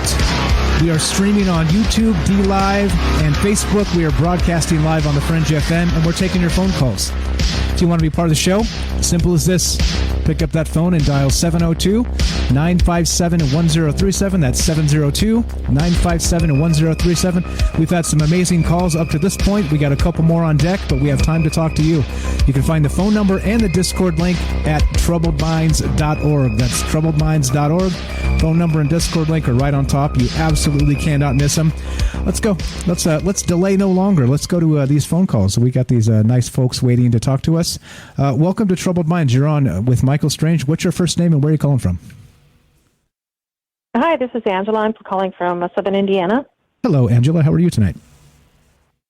I'm doing great. Hey, I wanted to tell you about something in my hall that I think is a portal because I have so much activity in my house. I bought motion detection cameras and set them up. And I put one at the end of my hall, and it shoots all the way to the other end of the house to the kitchen. And it only records video. okay? It does not take still photos. So when I probably have 3 or 4 different nights where it was activated, and as far as the video goes, it looks perfectly normal, but then somewhere along the line you'll get this flash of color, whereas most of it is, it records in color, but it looks like it's black and white because it's nighttime. So when I slowed it way down and I pulled out that frame of color, that one micro frame out of the entire video recorded backward, okay? And in the middle of the actual video frame is the refrigerator at the other end of the house. In that one frame that recorded backwards, the refrigerator is shoved over to the side of the picture, and in the middle is this big black blob. And I've gotten several of those, and it's just one micro frame out of the entire video. It's the strangest thing. And then one time, again, it doesn't take still photos. It recorded a video. If it's activated, it records for 3 minutes if nothing moves. Then it turns off. It had one picture, and it doesn't take pictures. But when I put it in the processor to look and see what was there and try to, frame it out or slow down the speed, this one frame was an actual video of this blob opening up and closing. It's like 20 seconds long. But when you're moving the little dial to through the frames, the timestamp never changes. I have no way of explaining that. That's bizarre. That's bizarre. And you said you have had other strange things happen that made you put up the camera first. What are those strange things? Oh, everything. I mean, you name it, it's here. Just for instance, we had a house fire, and so after we rebuilt the house back, we put a second story on it that was never here before. So we've got stairs that were never here before. Before the fire, we had all kinds of activity. There were things being seen in the house, little kids, weird hunched over things. I mean, people that were visiting saw stuff in the house. It's not just us. But the whole family has experienced the talking, the laughing, the running of the footsteps, and there's nobody there, things are just all of it. But I was standing maybe 10 feet from the stairs, and I saw who I thought was my daughter run down the stairs and flip around the corner and go down the hall, but she vanished before she got to the bedroom door. So right about where that vortex would be, she disappeared into it. I'm guessing, or she just disappeared, but it's right in that same spot. You just gave me the chills there. This little girl is using this. Yeah, she's using the stairs that were never there before. So she's actually using the now space, not the memory space of the house that it used to be. You know what I'm saying? Right. Yeah, I understand. That's crazy, because most people think, well, ghosts, they just follow a pattern. They just do their thing. Well, those stairs were new, and now she's running down the stairs. So she's using the new space, and those are the footsteps that we hear running across the upstairs when no one's home. Holy smokes! Have you any place online where you have this footage, or are you willing to share this? I'd love to see somebody if you. Oh, absolutely! I'd happy to send it to you later on after. Just I don't know. Let me know how to get a hold of you. Okay. troubledmindsradio@gmail. troubledmindsradio@gmail. And you can send me whatever you need. I can do that. Yeah. I appreciate that. More than willing to back it up. I'd love to find a professional that would take a look at this and say, "Hey, that is weird." It's weird. I've given it to friends who are professional photographers. What's going on here? Anyway, okay, so that was weird, Angela. So they don't want me talking about it. The electrical stuff is a curse. That seems strange. That seemed definitely weird. That as you're trying to actually describe to me and maybe get the information out, that there's some sort of like a magnetic or electrical anomaly. I don't know the whole correlation causation thing, but holy smokes, what the hell was that? That was a little bit weird. But yeah, troubledmindsradio@gmail if you want to send me that stuff. I'd love to see it. Let's see, and what's up? I think it dropped. Hold on, let me see. I think everything dropped. Yeah, I think everything dropped. All right. So I'm calling the phone line back, and sorry about that. So Beechwood, go ahead and give us a call back, and we'll put you on. Sorry about that, Angela. That was a fantastic call. Good information there, and I think you're right. I think that's right. Yes. Vicky says several of us keep losing you. I think my internet had a hiccup. Yeah, as Angela is trying to tell us about the things that happened and say, yes, I'm definitely willing to share this footage, everything cuts out. Everything cuts out. Yeah. If I said I'm not a conspiracy theorist, I guess I'd be fibbing. So what the heck? The timing on that is WTF, I think we can say. Yeah, okay, so let's see. Yeah, let's see. All right, so we'll go to Beechwood in just a sec here. And we're still talking about portals tonight.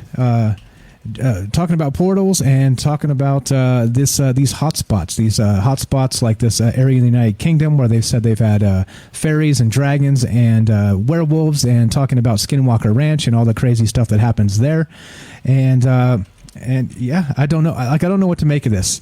But that's why we talk about this. Again, as you know me, I am the questions guy, not the answers guy. So there you go. All right, let's go to Beechwood in Massachusetts. What's up, Beechwood? Actually, hold on. Let me unmute you. There we go.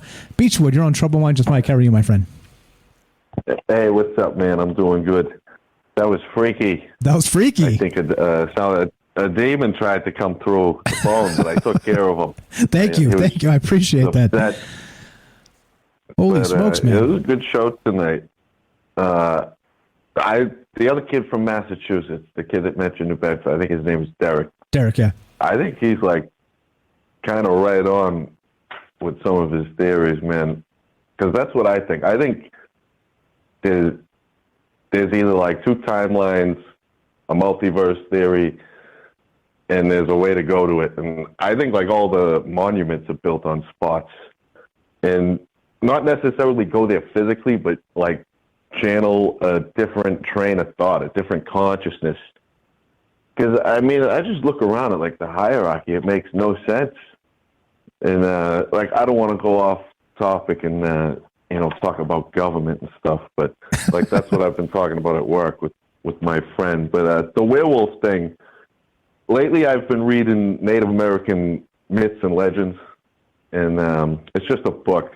But I have another book, and it's kind of old. It's called Fantastical Beast, a Field Guide. And it's got stuff about, like, it's got pictures, but it's actually written, it gives dates and stuff, and it mentions werewolves. It says it started in what's now Switzerland. And it quickly, like, spread across Europe and, like the witch trials and stuff. But it mentions a guy in 1573, the Wolf of Dole, Giles, Ghana, and I guess he was a serial killer.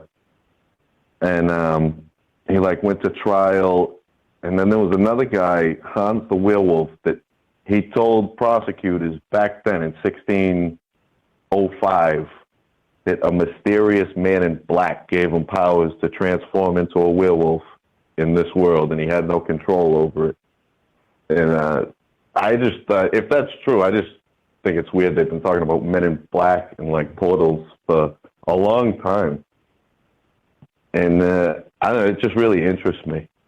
But I also think they're gonna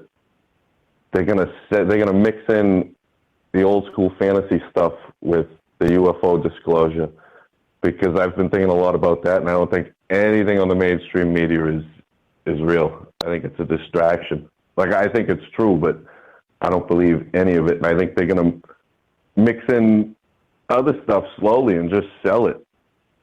And I've noticed, like, these trends just work in what I do, like my hobbies and, like, what's catching on. And I don't know. I'm not going to say it yet, but the only thing I'll tell you is wallpaper's making the comeback, man. It's terrible. I heard you say you said that last time in the chat. Cracked me up. Yeah, no, I mean, okay. So with the rest of this stuff, to kind of bring it back to what we're doing here, this portal stuff. So you think it's related to some of this, like some of this more terrestrial type stuff, the less woo woo? You think it's like some people believe that the elites are trying to tap into the portal power, the magic or whatever happens to be from these hotspots. Do you think it's maybe, well, I don't know, like some people say aliens are controlling politics. Do you think in some manner maybe this phenomenon might be as well? I do, and something drives me into the direction of, like time manipulation or time travel, like if it's really possible, like if there's really a past, present, and future. And I think there is, because it seems like the general public's like 10 steps behind. And like the world we live in, if you even fathom the concept of money, you're a slave. We're just a species trying to survive. And if the universe is as big as they say it is, there's no reason why we shouldn't put all our resources into giving everybody their own planet. There's no reason for it. So it makes me think there is a secret hierarchy of some sort possible. Yeah, definitely. Just strange. And not only that, we're talking about portals, electromagnetic anomalies. Angela, when she called, talking about that information she's got and she wants to share it, and then suddenly this whole show's taken offline. Like I said, I'm not a conspiracy theorist. Well, maybe I am. But, did we do it again? Did we just drop again? Or are you still here? Test. I think we lost the phone. I think we lost the phones. Anybody out there? Okay, so anyway, sorry about that. We're having serious problems here. I don't know exactly what's happening. Let's see. Let's dial back in. Yep. All right. So that's kind of working. So let's yeah, I don't know what the hell's going on. We're having serious problems here keeping the stream up at this point. But thank you for the call, Beechwood. Sorry about that. It seems like we've stepped into an electromagnetic portal of sorts. So I don't know what's going on. But anyway, so all right. As we continue talking about this, we are taking your phone calls if we can do it, because of course it seems like we're having technical issues. I don't know what that means, other than it seems like the internet here is fine. So I don't know what's causing this. The old conspiracy show trope would be, we're being taken down by the CIA, but I don't think our reach is that great yet, so I don't even think we're on their radar, to be perfectly honest. But what can you do? I mean, we're here just trying to have a good conversation, and sometimes it's just difficult to even do that. So as we go and continue talking about this, the topic tonight is the nexus spots, these portals of sorts. These what would you call them? Ley line crossings or nexus points. I don't know. Like, what are these things? And again, right, are there paranormal aspects to this? As Matt stated earlier, that maybe there's like some scientific basis here, and it's a little more like a magnetic field anomaly type of thing, right? And maybe that it's not exactly what we think it is. So I don't know. It's a little bit interesting that we get some weird stuff here. And what's up, Helena says George Clooney reported the stream. Yeah, right. Right. He heard me. So he was a no talent ass clown. Okay. Anyway. All right. So we got a few minutes left. If you guys want to be part of the show, 702-957-1037. If you want to join the Discord, troubleminds.org. And you can be on the show that way as well. Yeah, sorry about all the phone troubles, guys. We were having some fantastic calls right in the middle of that, and it's not good. But okay, let's do this real quick. Just to wrap this up, I want to make sure that people understand when I talk about ley lines what this actual thing is. So let's go to this real fast. This is allthat'sinteresting.com, and it's talking about these ley lines. So I just want to put it out there that I know many of you know what this stuff is, but also many more probably don't. And so I just want to make sure that we kind of discuss it so everybody understands what is going on with this. So here we go. This is from, again, allthat'sinteresting.com. These supernatural lines supposedly connect the universe through monuments and landforms. And this is by Katie Serena, and this is back in March 2018. Ley lines were first theorized in 1921, and since then, the debate has been over whether or not they exist, and if they do, what purpose do they serve. So here we go. In 1921, amateur archaeologist Alfred Watkins made a discovery.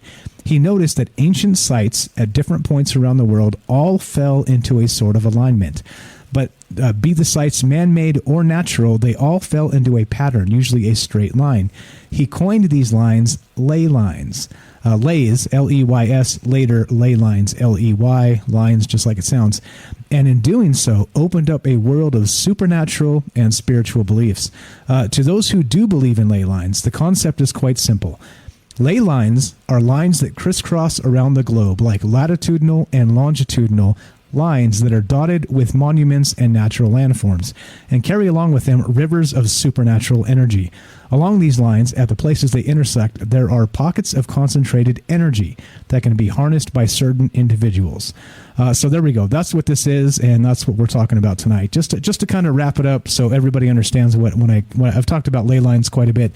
Just want to make sure there's a definition in there, so you guys get what we're talking about. So let's go to. We got a phone call here from Daryl. We're going to take this, and then as we finish this up, don't forget. So we have about 5 minutes left on this show on Fringe, but then we have a full third hour on Facebook, YouTube, and DLive. So just to let you know, I think Joe Roop is still down on Fringe after this, but he should be coming up later this week. So it'll be good to have everybody back, and hopefully the entire Fringe network in good working order. So that's coming very, very soon. But okay, let's go to Daryl in New York. What's up, Daryl? You're on Trouble Minds with Mike. How are you, my friend? I'm sorry, I think I muted you. See you. Sorry about that. Go right ahead. I was thinking about this whole thing with the portals and the a fake alien invasion, only because I've been witnessing a lot of these holographic overlays. I don't know if you've ever talked about that or seen or witnessed any of those, but I'm talking, this has been going on a long time. I'm going to say at least 10 years, and I just witnessed something. If anybody saw on YouTube, somebody that's in South Africa, there's a site there that witnesses, it's like a live Earth camera. And the other night, I have a video that she taped. I have a short video of a very long one that she videotaped live. And if you saw the stuff going on in the sky there, I mean, it was too, outrageous to be real, but it looked 100% real. I mean, the sky was full of zigzags and shooting lasers and huge, splitting the city in half with, scissors.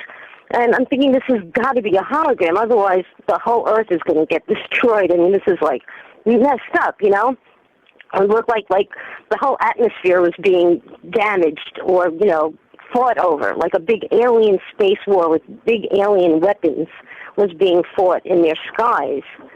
And I'm thinking, boy, the technology that created that is incredible, It looked so real, Do you know what I'm talking about? Yeah, oddly you bring this up. So I actually just had a private show we have for our Patreon supporters. You can support us as a direct thing on Twitch or Patreon. We did a private show this past weekend, and I talked exactly about what you're talking about. Not that incident, but how this Project Bluebeam thing has some sort of historical connections with some of the things we talked about. What was it? I can't remember it now because the memory of a goldfish. But there were certain instances where people have seen visions in the sky of maybe religious visions or things like this throughout history.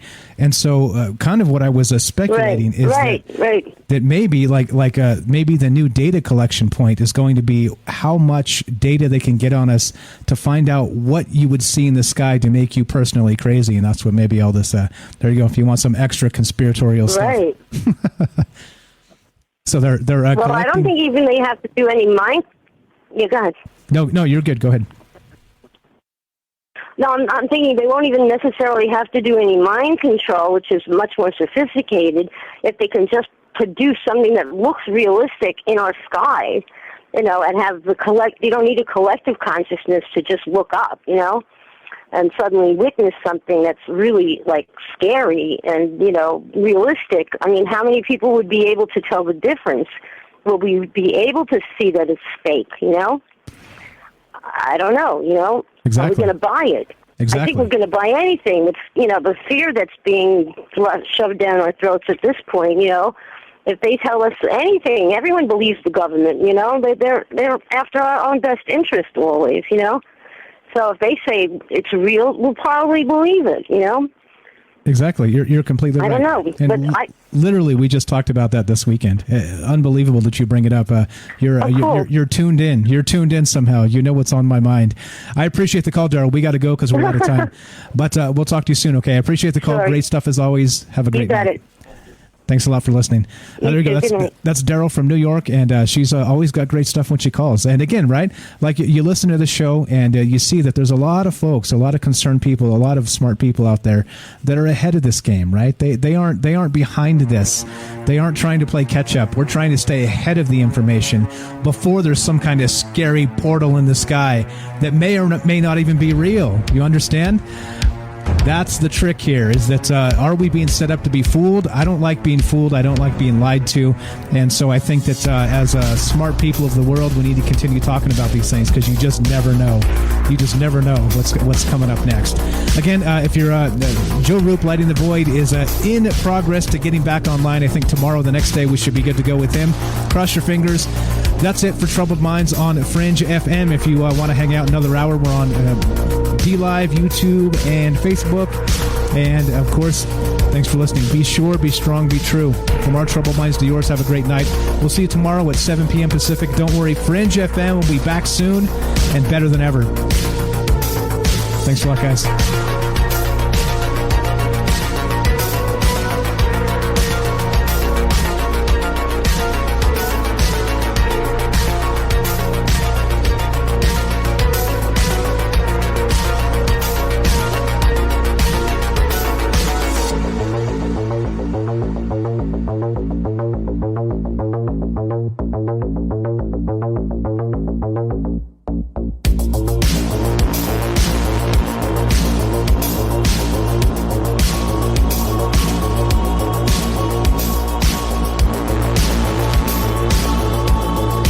Guys, so you know the drill. We're going to take a 2-minute break at this point just to give everybody a chance to do their things and top off your drink, hit the restroom, tuck the kids into bed, grab a snack, whatever it is you got to do, stretch your legs, do some Wim Hof breathing exercises, whatever it is you do, and then a couple minute break, and then we'll be back to do more Troubled Minds. We're still taking your phone calls. I'm going to put the phone number up, 702-957-1037. That's 702-957-1037, and don't go anywhere. 2-minute break, and we will be right back. Yo ho, welcome back to Troubled Minds Radio. All right, I'm Michael Strange, and we're still talking portals tonight. Nexus points, where the veil may be thin. Do you think this is geographical? Do you think all kinds of stuff? We had some weird stuff happen tonight. Angela called in and said that she believes she has a portal in her house, in her hallway of sorts. And she was describing this and saying there's different things happening. And as she says, yes, I'm going to send you some footage, well, the entire show goes offline. So, like I said, I am not a conspiracy theorist. Well, of course, maybe I am. But weird, no? Call things weird coincidence as they are. But so I am told, let's see, Angela says in the chat that you sent the information. So let me see if I can get this in a presentable way to maybe play. If you're okay, Angela, playing some of this on the stream. I don't know if there's information in there you need me to edit out, maybe personal information or something. I can definitely do that. If you prefer I do it another time after going over it, I'll definitely do that and maybe edit it up and kind of just chop it out so people don't know where you live or something like that. I don't know. I haven't seen it yet. So anyway, looking for that, and let's go to a phone call. Still taking your phone calls. If you want to be part of the show tonight, 702-957-1037. That's 702-957-1037. Phone number's there. TroubledMinds.org is the official website. Click the Discord link and get your ass in here, and let's have a good conversation. With that said, let's go to Kelly in Colorado. What's up, Kelly? You're on Troubled Minds with Mike. How are you? What's going on, man? How's it going? Doing well, man. Doing well. How are you? All right. Right on. What? Kind of enjoying the evening. Go ahead. You're just super quiet. Could you just speak up into the phone, please? You're super quiet. You know what? Could I just switch over to Discord? Yeah, do that. Do that. It comes through so much better. Hop over to Discord. Appreciate that. Okay, thanks. I'll talk to you in a sec. There you go. That's Kelly from Colorado. He's going to switch to Discord just because the connection is so much better. If you guys, like I said, if you guys have not joined the Discord, Discord is an amazing program. It's really easy to use. If you don't know how to use it for telephone calls, I can make a short video and show you how to be on this and talk. You'll see. You heard Kelly, right? You heard him on his connection. Watch when he gets on Discord how much better he's going to sound here. It's pretty amazing stuff. So, why am I still hearing him? You there? He's in the Discord already. I forgot. He's a mod, so he can jump right in. So I'm like, damn, I'm still hearing a phone call that hung up 10 minutes ago. This is weird, dude. Shit's getting really weird. What's up, Kelly? Welcome back. Now, listen, guys, if you haven't checked the Discord, listen to his audio quality now versus the telephone. Go ahead, Kelly. Tell us what's on your mind tonight.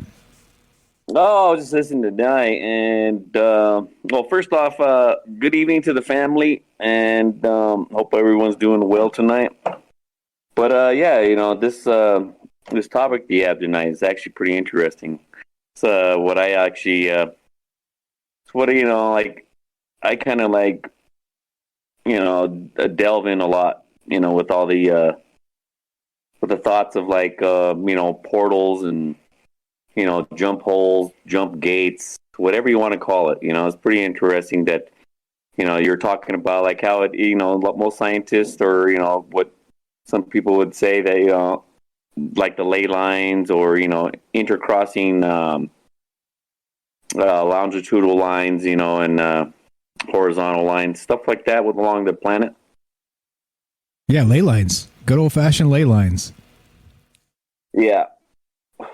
Okay, this is my theory, okay? Well, it's not really a theory. It's both science and I would say a theory too, though. But, like, you have interesting stuff. Like, let's talk about some about that stuff. So you have astronomy, or astrology uses astronomy, right? So what we're talking about is, like, when you hear something like that with astrology too, they talk about, like, the planetary alignments, with the moons and everything, all that stuff creates power and energy. You know what I mean? That it's powers that's released. It's alignments that open up gates, or even open and close things at certain times.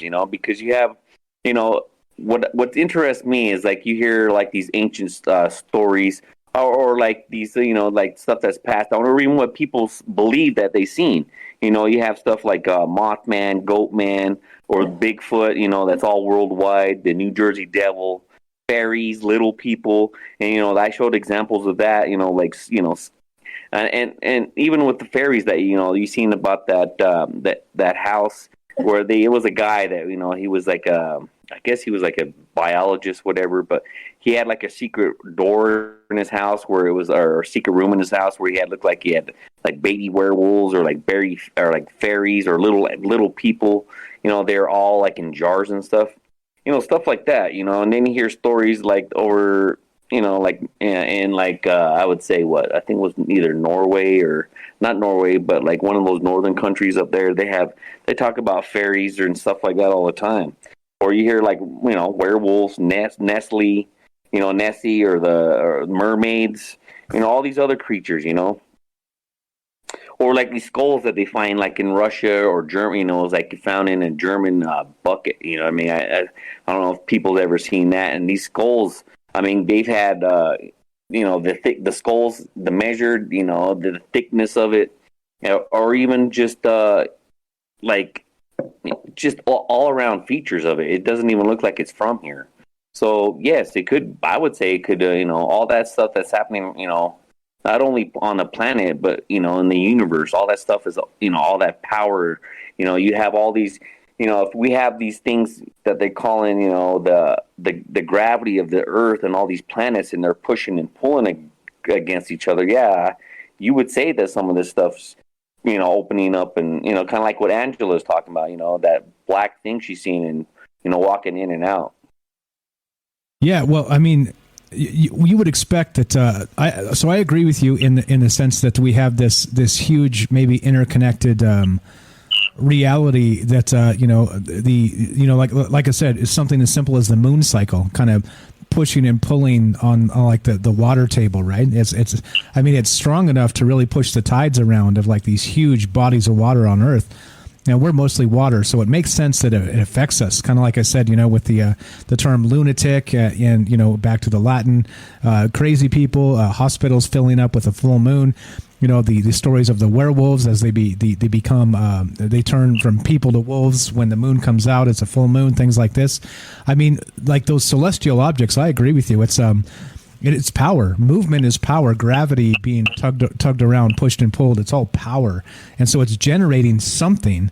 But so the question becomes: is it possible to maybe somehow tap into that power, right? As it becomes parts of these maybe hotspots, these portals. Is it creating portals? Is it? Have you been watching that Skinwalker Ranch stuff on following that on the History Channel? I have not. I mean, I don't watch a lot of TV. I don't even have cable or anything. So yeah, that's okay. Yeah, but I've seen it on on YouTube. I did went online and checked some of that stuff out. But yeah, it's pretty interesting with some of that stuff they find on that one. It's not only, but it's not like it's not only ghosts or skinwalkers or shit like that. It's like UFOs and people call it aliens, which could be interdimensional beings. So yeah, I haven't, but I have not seen the movie or that show that you're talking about. No. Yeah. So what they're doing is they're trying to determine if there is some sort of portal there. And meaning that there's all the stories of, like I said, the Skinwalker, and they see UFOs and they see all kinds of weird stuff, right? And it's odd to me that they do catch anomalous stuff, right? And whether it's electromagnetic EMF or whether they see through infrared, they're seeing bizarre things that are like these infrared lights that are shooting up from the mesa and things like this. So not to get too far into that if you haven't seen it, but they actually are cataloging these bizarre phenomena that really they lack clarification on what it even could be or if it's even related. And in some cases it's it's cold spots. In some cases it's lights that only show up in infrared. In some cases it's literal lights in the sky like you would expect to see UFOs. Other times people just get the odd feeling they're being watched. Things like this, but there's a ton of them. There's poltergeist phenomena where things move around. Without anybody messing with it. They put something down here, it gets moved over there. There's tons of stories. Again, that ghost wolf, there's a story of this huge ghost wolf that people have shot with a shotgun from 10 feet away, and it doesn't actually respond like it got shot.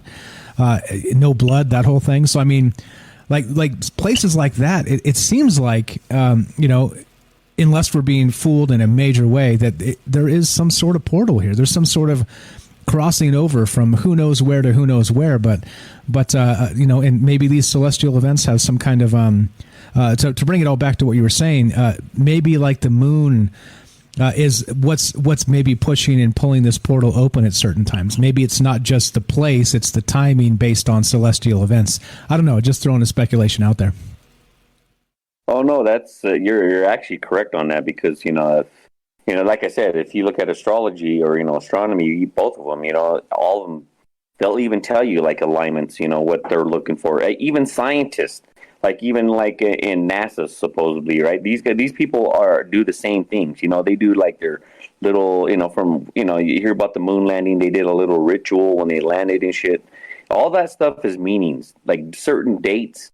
You know what I mean? Every time a certain date. Because they know it's especially if they follow the moon too, a new moon, a half moon, or even full moons, But yeah, everything's it's all that stuff is power and energy, And I believe that's where you see stuff. Sometimes, or that's what for example, I'll give you an example. I post this stuff all the time on your guys' your guys' website, right? On Facebook. So this is the one that interests me, is you hear all these animals that go extinct, right? And they've been extinct for 10 years, 20 years. And next you see these, they're taking pictures of them. Someone somewhere is taking pictures of these things. And they're like, oh, look, they thought they were extinct and here they are coming back, Yeah, I saw that too. I saw that recently. There's another one, and they just keep popping up. We talked about this a while back with you, but I did see, when I see these in the news, I think of you because you pointed this out to me a while back. What's the one? There's what was it? It's not the Tasmanian tiger, but something they thought was basically extinct now is showing up again, and they're like, oh well, shit. Color me shocked. I guess they weren't extinct after all. So what is that? How do you explain it? I guess is the question.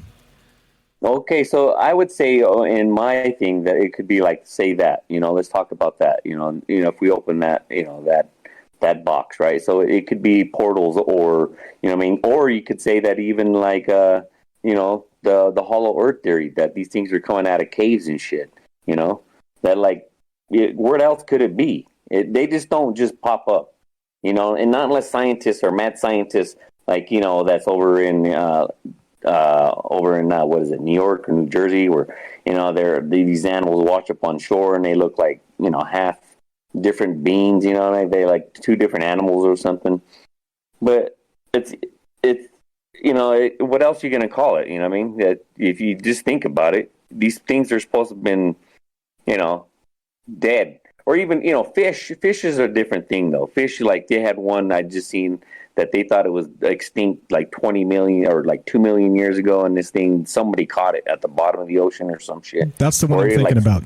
That's the one I'm thinking about. It just happened just like 2 weeks ago or something. Yeah, that shit was weird too. But I'm talking like land animals, like they thought that one, I think it was like a kind of it looks like a mix of a tiger and a fox or some shit, and it was in Vietnam. And yeah, that thing popped up, or like certain deer, or even insects that they thought that was dead, or birds. I mean, you see this all the time, and it's like, so where are they coming from? It's got to be one or two things. It's either that, or like, it's like a dimensional. So it's got to be a portal, right? Two dimensions that are rubbing against each other too, like the fourth and third rubbing against each other, and they're just like, these things cross over. And I'm pretty sure that's even like if you're I don't know, let's say a supreme or supreme being out there, jumping universes, you probably know about that too. For example, like what was even trippier, like aerial phenomenon, you could think about the spiral that was over Norway. The one that looked like it was spinning, and next it just like boom, it opened up in the middle, and it looked like a black hole just opened up and swallowed all the light. Yeah, well, these things are out there, and I think that's part of it, right? So clearly we don't understand everything about nature. That would just be foolish to even suggest that. But it seems to me that in some of these areas we have really, really weird things going down. Like you described there, like a portal in the sky. I think MJ said that he actually saw a portal in the sky a while back too. He called in and told us about that he saw one open up and like right in front of him. Maybe just off the ground type of thing. So, I mean, like these things are out there. People are seeing these things. They're being witnessed. But so okay, how about this on the speculation? I know you're probably like me, probably not so religious. You're not going to reject it outright. But there's what do you think it is? Do you think there's let's say the portal opens up from wherever it happens to be, and maybe these creatures that come through are, let's say, demonic, just for lack of a better term. Let's say evil, tricksters, spirits of the old days, of again, back to C.S. Lewis, deep magic from before the dawn of time, like that type of thing. Do you think that's a possibility? Oh yeah, that's why we were just talking about that the other night, right? It was the Emerald Tablets of Thoth. I just read that paragraph that that about half paragraph that talks about it, and it's so weird. That's what I'm talking about. These ancient books. So people talk about we're like tonight we're talking about this, but it's written in books that are like that claim to be 36,000 years old. Thoth, when he was saying that, where do these things come from? They come from the deep.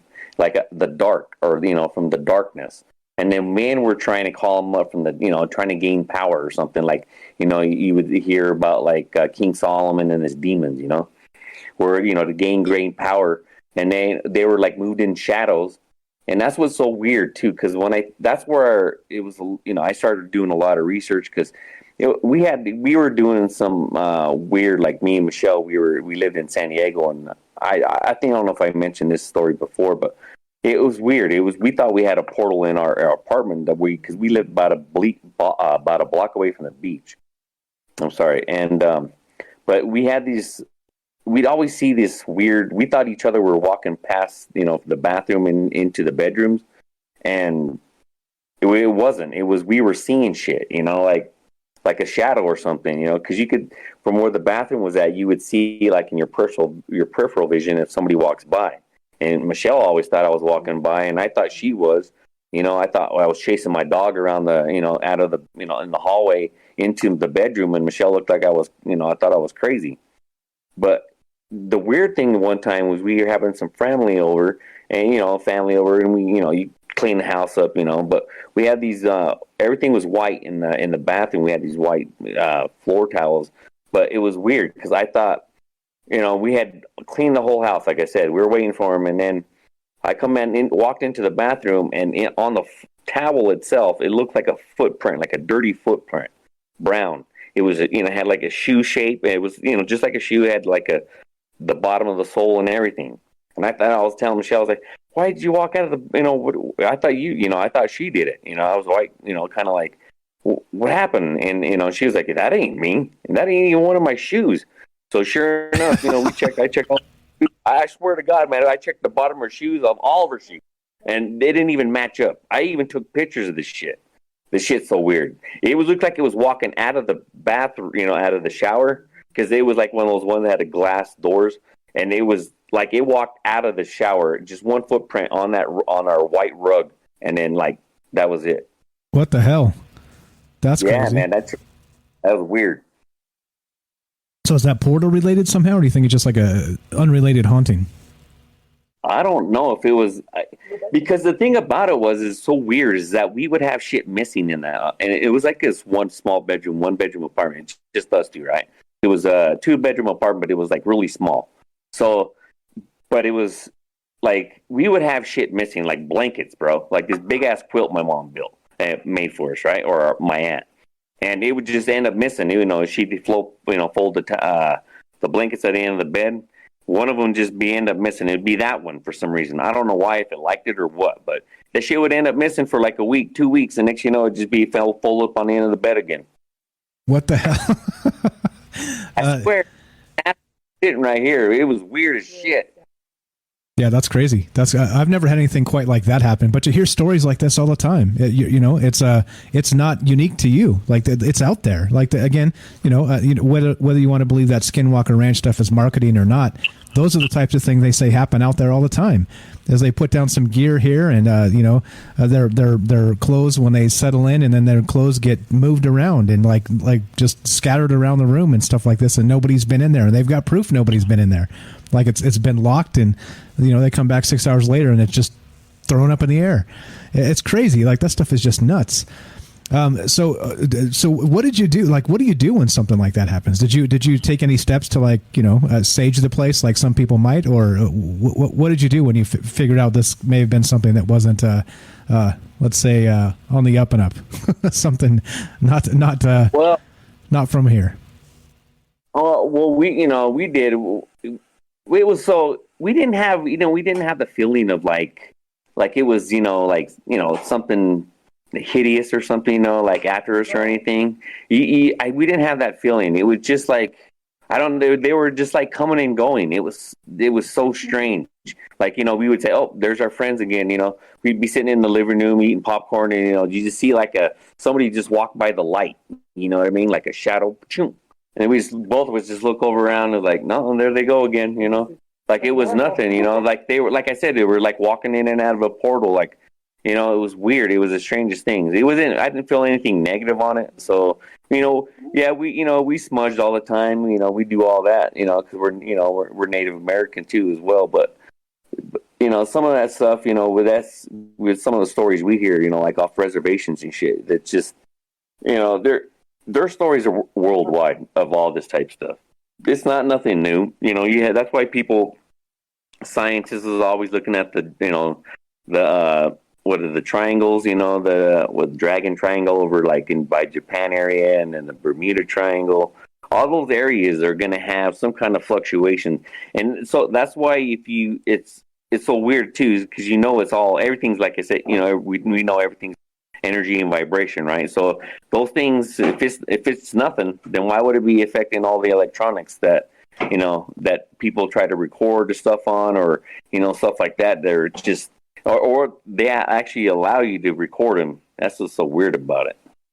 Yeah, it is strange. And so not only that, there's like the whole I don't know. And like what Angela was saying earlier with that thing that went down with the possible portal in her house, and the spirits, and how they they seem to change, like they do what they used to do. Now they're doing different things based on the stairs in the house.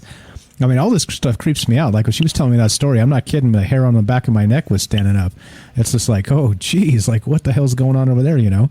But this stuff is out there. That stuff is out there, man. And, you know, if you start to get like a weird feeling about a negative energy, I don't know what I'd do, man. I don't know what the hell I'd do. I'd freak out, that's for sure. I mean, I talk about this stuff a lot, but there's a reason I don't play with Ouija boards and shit like that. Don't mess with what you don't understand, you know? Yeah. So, like, it was weird, too. I was stationed in Maryland. That was another weird place, you know, because I'm real intuitive with like energy fluctuations too. That's what I think, you know, people call it something else, but I could feel it, you know what I mean? Like when they say there's, you know, like full moons or even like my planetary alignments and shit like that, I could feel it's like pressure to me. It's like you could feel like something just like, I don't know, it just feels like pressure around you, you know what I mean? It's a certain weird feeling, you know, like I don't know if people say it's a gut feeling or not, but yeah, anyway, but like living in Maryland, so we used to always go into like the forest area because it's real wooded over there. I don't know if anybody's been back east, but that shit kind of tripped me out because it's not mountainous at all. It's, you know, more flatter around there, but it's, man, I've never seen that many trees together like that except for in Alaska.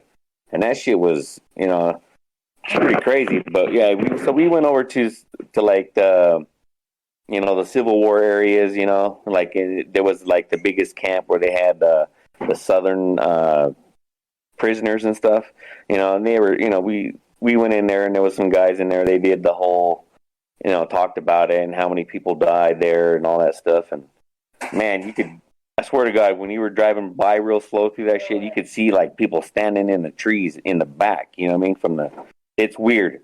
Yeah, you could feel that shit too. That vibration there is like because that's so much depth there. I'm pretty sure there's something that's uneasy there. You know?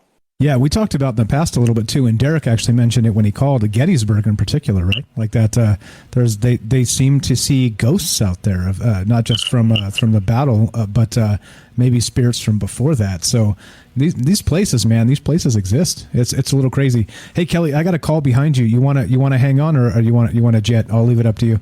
I'll mute you and then come back to you if you want to hang out for a little bit. Yeah, I'll hang out for a little bit. Okay, I'm gonna mute you. I'm gonna take this call and then we'll come back to you. Don't go anywhere. Be right back with you, Kelly. Let's take this phone call. They've been waiting for quite a long time. What's up? You're on Troubled Minds with Mike. How are you? What's your first name? Where are you calling from? Hey, are we in the third hour? Yes, sir. Oh, well, fuck yeah. What's up, fucking Mike? Right. Fucking right. Oh, welcome to the show. What's on your mind tonight? What's your first name? Ross, but I have a question, and actually, I want to ask your opinion about something. So, I have a certain opinion about something that had just been brought up in the news recently. Sure. About the Navy ship that's seen 14 unidentified flying objects in the sky. Yeah. Yep. I'm sure you've seen it. It's been all over. Yep. So what's your opinion on that? I mean, I was stationed out there for 7 years. I did a lot of night ops out there. Necessarily, I did not have radar out there. I was in small boats. But what do you think the response of the Navy should have been? I don't know. Like, I was never in the military in any capacity, so I don't know what the protocols are. From a layman's perspective, what they should have done, I would say just collect as much data as possible. I'm not sure shooting at these lights in the sky is a good idea, but I'm sure somebody out there suggested it, you know? So I don't know. Like there's a whole lot of this. There's another guy, what's his name? Ryan Graves. He's a fighter pilot. He was on the Atlantic seaboard there. And he said literally for every day for 2 years, they saw UFOs every day. So you know what I mean? That like, it kind of tells you that the military knows what these things are. Like Kelly was saying previously that they know what they are. And so as a result of it, there would be stand down orders, right? Like I've talked to people in the military that were radar operators, and they saw this weird shit zipping around that was just way too fast to be anything terrestrial.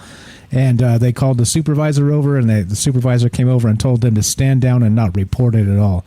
So at some point you got to expect that there's a a knowledge base that comes from on high, that these guys are making these things. I don't know. They know what they are. Like the governments at large at least know enough of what they are to not be shooting at them, because otherwise you'd hear stories of them shooting at these things every day, right? Which apparently is not happening. So I don't know. They've have maybe some people claim there's a treaty between us and them. Some people claim that maybe that's not the case, but we do know that they're benevolent in some sorts and they're not here to hurt us, and so we don't bother them. Who knows? I have no idea, man. But what I do know is that it's like when you get 200 incidents in a couple years. And they're still trying to jam it down our throat with these 3 crappy videos of the FLIR that what was it? Nimitz, Tic Tac, and Go Fast, or whatever they're called, the 3 videos, right? Like, show us more data. Like, literally, if you want us to believe this is an honest effort, I've said this before, and I'm going to continue saying this. If you want us to believe it's an honest effort for actual disclosure, then show us something else. I had a conversation on Reddit recently where somebody was kind of coming at me a little bit, and I said, no, you misunderstand me. I'm saying that, like, if you go back to Project Blue Book, they were saucers, they were cigar shaped, they were this shape, they were that shape, they were all these other shapes. But for some reason, the 3 videos we get from recently, they're all the same thing, right? So it's like, wait, so why are they showing us one thing in particular, but not anything else? You see? I'm still suspicious about that. I could be wrong, of course, but it does make me wonder. So there you go. There's my medium-sized take on that. Well, I'm going to give you my opinion from the naval standpoint, because I've used FLIR, and FLIR is great unless they have glass, because you can't read heat signatures through glass for whatever reason. But if you're familiar with the San Diego Bay and close to the mouth of the San Diego Bay is Point Loma, and that's relatively close to the airport, so they all fly over there. So there's a lot of flying, so you're aware of air traffic and stuff. If something's different, and like you're not only just working with them down in San Diego, you're working with the Coast Guard for internet, like people traveling from Mexico through the sea lines and everything else. So if something is out of normal, personally, me as a coxswain, if I had ever seen anything like that, I would have been like, what the hell is that? Let's try to reach out. And if they don't respond on the international radio, which is, I forgot, Channel 14 or something, and they're doing evasive maneuvers, and we shoot warning shots with tracers at them. Are we just prolonging the inevitable, or do you really think that the government has some sort of treaty with these extraterrestrial beings? Because if I was in control, honestly, Ben, 100%, 14 of them or not, we're protecting the United States, even if we're out there doing drills, which is what we were doing, because we operated mostly OCONUS, out of the continental United States, right? And we were not able to engage or do anything to civilians because we have rules here in the United States. Military cannot engage civilians, even if it is like a warship going through. So we'd escort the warships, we'd tell them, and we'd direct them elsewhere, but we were not allowed to shoot them. And which is fine, because our people, and we're taught a certain set of rules when we go overseas that's a little bit more relaxed than here in the United States, because the Coast Guard is the only one that has any type of authority here in the United States. But if I'm the United States Navy and I'm getting swarmed by 15 things moving in multiple directions, I would be in fear for other people's lives, which is actually the first justification of deadly force in the United States military. There are 11 justifications, some say 12, but 11 justifications for deadly force, and that is the first one, self-defense and defense of others. Right. And if you are within 1,000 meters of a United States vessel, you do not have good intentions, because we have multiple procedures that we go through where we reach out to them. They have the basically it's like a loudspeaker, but it's extremely high volume. And you see 15. I mean, it really blows my mind that the fact that we've never engaged any of the, what are they, scared? I've never been on something where I've seen that. Like I told you, I was there for 7 years. never seen that because it would have been a different story. Because personally, I care about the United States people, and I don't care if it's a damn alien, a robot, a Chinese warship that popped up in there. You know what I'm saying? Like, yeah, I got you. That's why we win wars. Like, I got you. Let me explain. I think this is what's happening.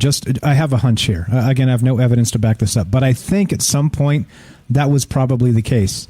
All right. I mean, you have things that are a little more public, like the Battle of Los Angeles, right? Where in World War II, just off the coast of L.A., they shot the shit out of a UFO in the sky, and nothing happened to this thing. It just floated away after they just unleashed hell on this thing. So I think that in some capacity it's happened. It's just probably before our lifetime, right? And so they've shot at these things. Again, a hunch. One example, the Battle of L.A., but there are probably incidents where they have shot at these things to no effect. And so as a result, right, it becomes just kind of like the standing order to not shoot at them because it has no effect. So why bother, right? So then it becomes another thing entirely. And I think that's the scary part here. Not scary, but let's say concerning, Like I say scary is like what I mean is just to be concerned about. Is that I think that if we've been ordered to not report these things, and it's like it's kind of like the weather, right? If it's rainy outside, big deal. It's raining outside. It happens from time to time. I think they're being treated kind of like that, like, okay, well, they're here, they don't bother us. We're not going to bother them, because we probably have shot at them, because it stands to reason at some point somebody did, right? I mean, I'd be scared for myself or other people if these things showed up and I'm like captain of a ship or something. I mean, I'm pretty sure it's happened in the past. I've participated in Fleet Week in Los Angeles because we don't have like an official Navy base there. We do a showing of force in LA.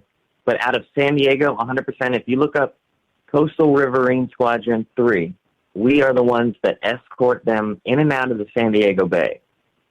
So to never hear anything about this is completely, I mean, you work with these people all the time. You hear all these. I know the people, like I told you, that were captured by the Iranians. That was our command as well. There's 11 Coastal River, which are in charge of escorting USNS ships and USS ships. So naval ships, supply ships, which they're not technically Navy ships, but they're USNS means United States Naval ships. But it's filled full of civilians that have like the oil. They're contractors. So we touch these ships every single time that they go out. And the fact that we have people on the bridge, which I'm out of the Navy for a while, so I think I can kind of explain this. That you have one person from your command that escorts you out on the ship because that has the best vantage point. We have small boats that surround the ship, which we are, the person who's in charge of everybody who goes out there is on the bridge, which is with the captain and which is with the E2 that's technically driving the boat. They say, turn 2 degrees southwest, da-da-da-da, and they say, okay, roger that, turning 2 degrees. You don't think that you would hear that from the bridge they're going to call, like, we see unidentified, they're saying, oh, no, just leave that. That's normal. Yeah, well, again, and you've said it. If it's been happening for 100 years, then yeah. Again, if there's literally nothing you can do to stop them or change the effect of what's happening, you can't do anything about it. You don't do anything about it. The thing is, I've never heard it. 7 years, never heard a single peep from the captain or anything else, because every single vessel that crosses the bow or anything, we contact them. Every single one. And if there's any veterans in here that were in the Navy, they 100% know anything, because against like the United States, crossing the bow is like a serious thing on a ship because the ship cannot stop. Yeah. Like very easily, we're talking carriers and stuff. Like right. We're not super heavy. I'm in like now where they don't have carriers, but it's a big deal for somebody to cross the bow of a ship. And they blow the whistle 3 times. I mean, there's all kinds of procedures that go on. And the fact that they saw this shit multiple times. For days, weeks on end. Weeks on end, man. Not just once. Weeks on end in some of these cases. But yeah, go ahead. Sorry.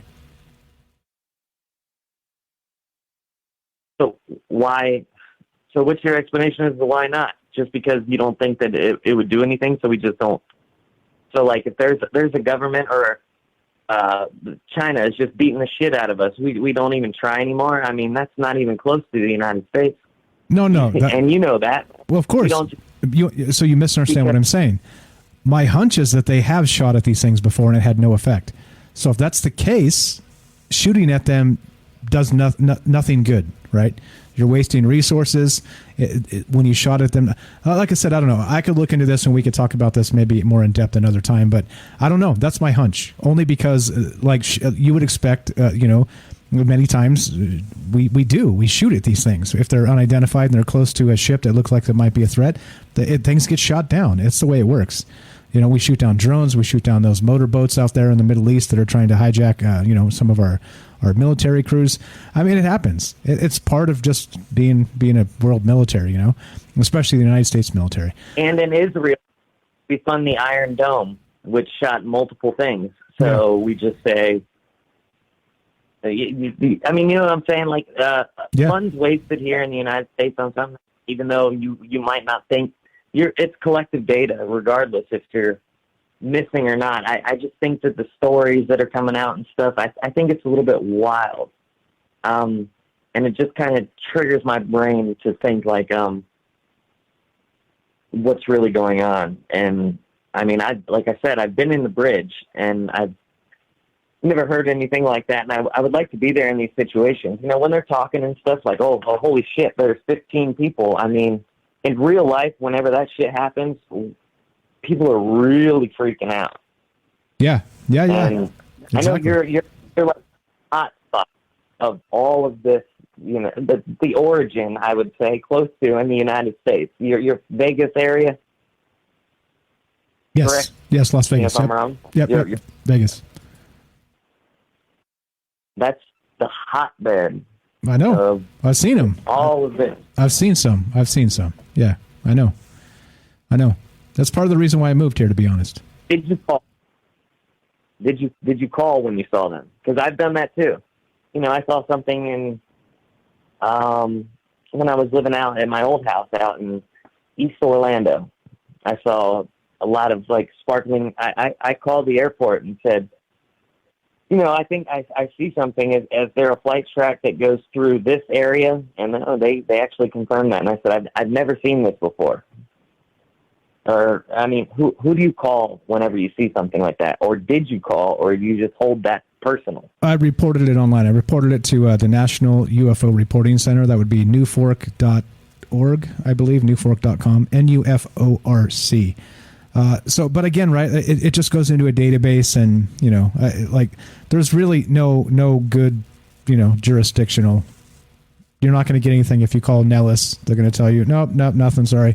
Even if you get through. So I don't know. I'm not sure there's a good thing. Hey, we'll continue this conversation. Okay, we got Kelly on the line here with us still. We're gonna, like I said, we're watching the propaganda close. We're still talking a bit. You were in the right place, man. I'm glad to have you as part of this and sharing information. Sorry, go ahead. To say the F word. I said I just wanted to say the F word one time because it's the third hour. Go ahead, sir. Oh, I said I just wanted to say the F word one time because it is the third hour. I see. I thought you said one more time. So I was like, go right ahead. Let's hear it again. All right, cool. All right, cool. Matt in the chat says, when you see a UFO, call this show. There you go. There it is. I appreciate it, Ross. You're the best. We'll talk to you soon, okay? All right. Thanks, bro. We'll talk to you later. Thanks, bro. Have a great night. You were starting to cut out there, so it's a good time. And let's get back to Kelly and let's finish this sucker up. Let's finish this show up. Let's unmute Kelly. Where do I do this? There we go. There's the mute button. Sorry about that, Kelly. A little bit long of a call there, but it's okay. I think you probably heard a bunch of that. What do you think? So what he was saying is that UFOs. Are you there, Kelly? Yeah, I'm here. Okay, so he was saying that why don't we shoot at these things?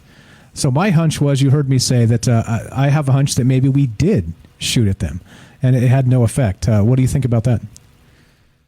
Well, it's interesting because he was asking if there were any military personnel, which I was. I was an aircraft, what they call an airframer, and I was an aircraft structural mechanic. on all aircraft that was on aircraft carrier. I've been on 3 different aircraft carriers, 4 different deployments, and many workups that were off the coast of Colorado or California, where he's talking about, down in North Island. So the thing about it is, when he's saying that if these things were swarming, and what's interesting is being out in deployment, like I said, I did 1 West Pack 3 West Packs and 1 Rim Pack.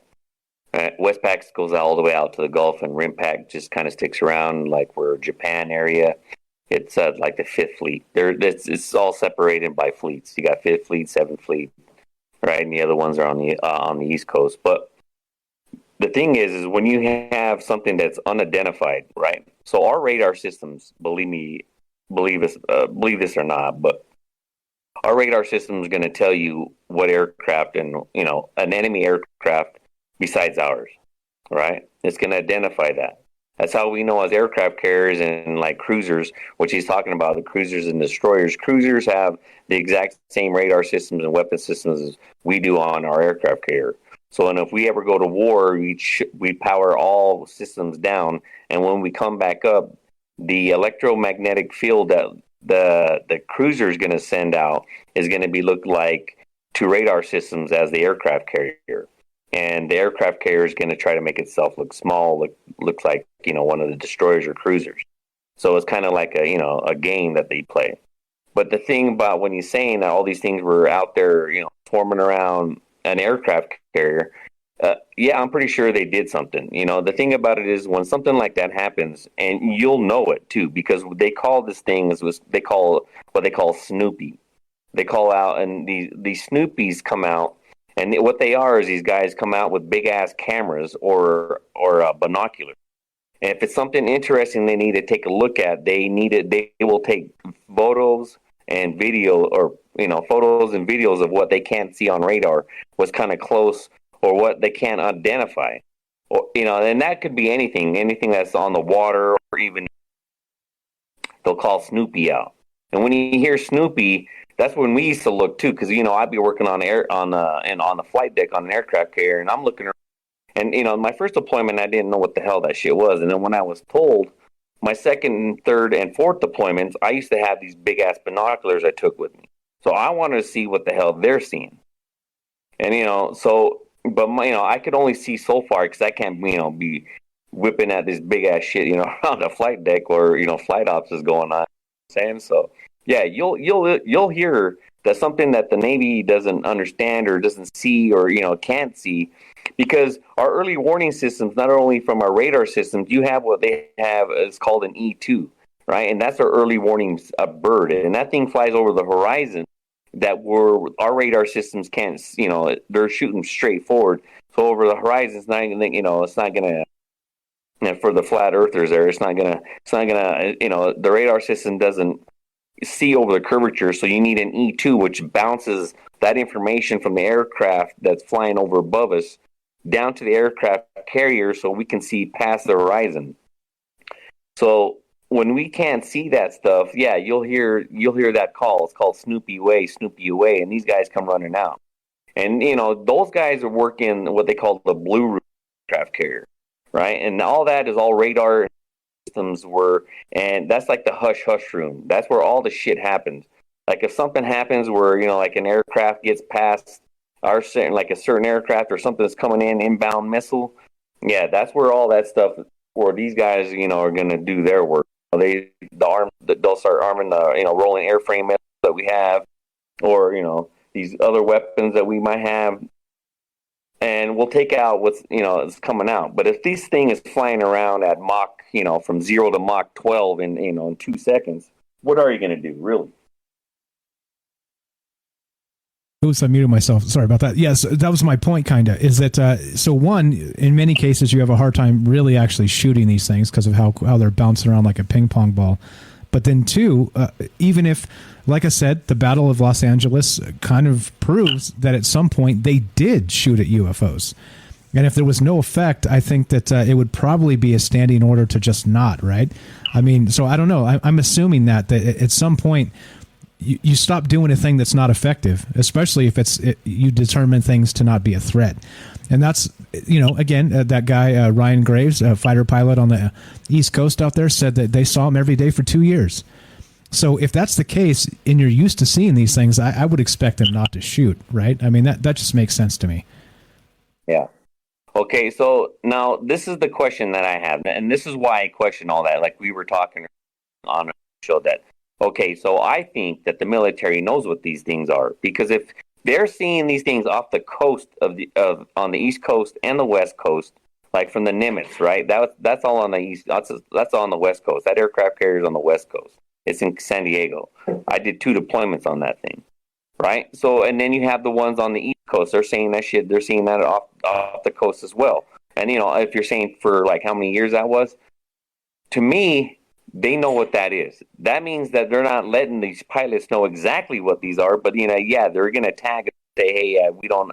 I seen something I didn't. They're gonna write it up. But if they did, and if it was close, and if they did have a chance to chase it or try to take it down, they will take the chance. They have chased these things. But if you're chasing it, hell, these things could chase missiles. They showed there's a video, like a world famous. It's a famous video. No one's seen it, but everybody's talked about it, where they launched a missile. I don't know if it was an MX missile or what. But if you can chase down a missile, fly around it, shoot like different areas around it, and then take it out. I mean, seriously, what are you gonna do with we're gonna try to shoot it down? I mean, if you can, no one says that you can't shoot it down, but most of the time that, like you're saying, the Battle of Los Angeles didn't do shit. We killed more people than with falling shrapnel than anything else when that shit happened. But like even nowadays. So again, they would have to. I would say they know what these things are. They just, they want to see the flight characteristics and everything else. Maybe it's ours, flying along with them. So, but if not, if these things are coming out of the ocean, because there's a new video that was shown where one shoots out of it was a film by a fisherman, and it come out of the ocean and flew into the sky. So if you're talking something like that, yeah, that's not ours. Yeah, no, you would expect it not to be. So I don't know. Anyway, like I said, this is one of those ongoing conversations here that we don't know. I think there's a lot of particular questions here that still need to be asked, and that's why we do this. Because have you noticed? Do you pay attention to the news and how they? It seems to be very binary, right? With the. It's either, it's these things are a threat, or these things are aliens. It's like once again the conversation is very narrow on, even with UFOs, kind of the questions we can ask, right? Because if you doubt Lou Elizondo, you're doubting like a patriot, and you're an asshole for asking some questions. You know what I mean? Have you noticed that sort of thing with these narratives and these UFO narratives as they're bouncing around here? Yeah, because they're not even actually trying to get to know what, doing some real journalism, because that shit's dead. But if they really wanted to figure, they're just trying to push a narrative around, It's almost like, they're here, look over here, you know what I mean? Because, it's the same questions, it's the same shit every channel, you hear them what is it? Oh, they talked about it, so, yeah, Lou was on it. They bring up the same guys, same thing, same information. It's not like hardcore journalism. All right, we want to know. They're pressing, they're asking real serious questions from the president, the vice president, the Congress as well. Everybody's gonna say, we asked, but the government's saying, well, you guys are fucking government. Can we get an answer here? Well, exactly, and you get Obama with the cheeky answer. You get Biden with the cheeky answer. You get the stupid. Scripted response from the redhead chick in the White House. It's just come on, really? It's not helpful. There's so much of this is not helpful either. And so people are just yeah, UFOs, that they kind of miss the forest for the trees. That, okay, yeah, sure, fine. But what about all this other crap? Again, back to Project Blue Book. What about the cigar-shaped ones? What about the saucer-shaped ones? What about all these crazy things that have been seen over dozens or hundreds of years or thousands of years even, that they're not even talking about?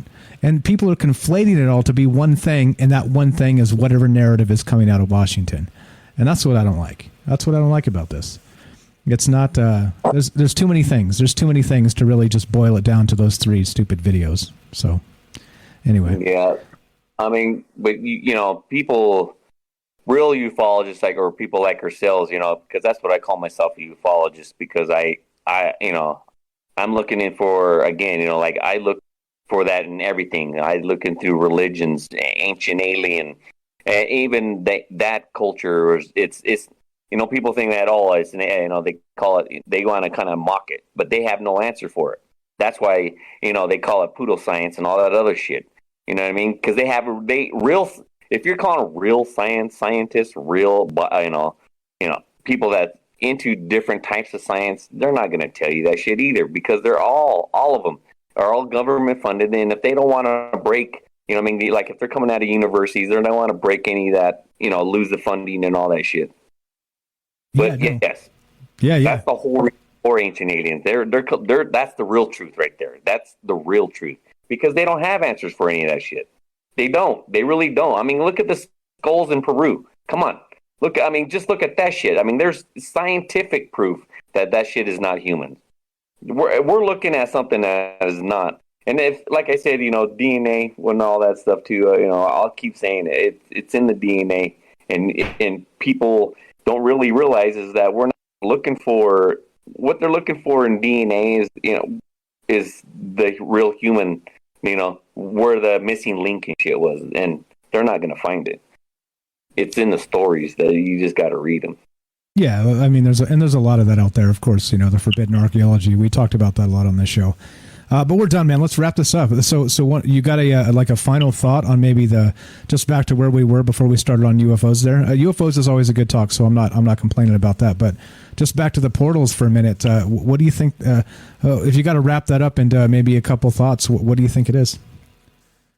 For me, portals, they're, you know, it's all, like I said, we were talking, it's all energy vibration as well. It could be jump gates. You know, there's a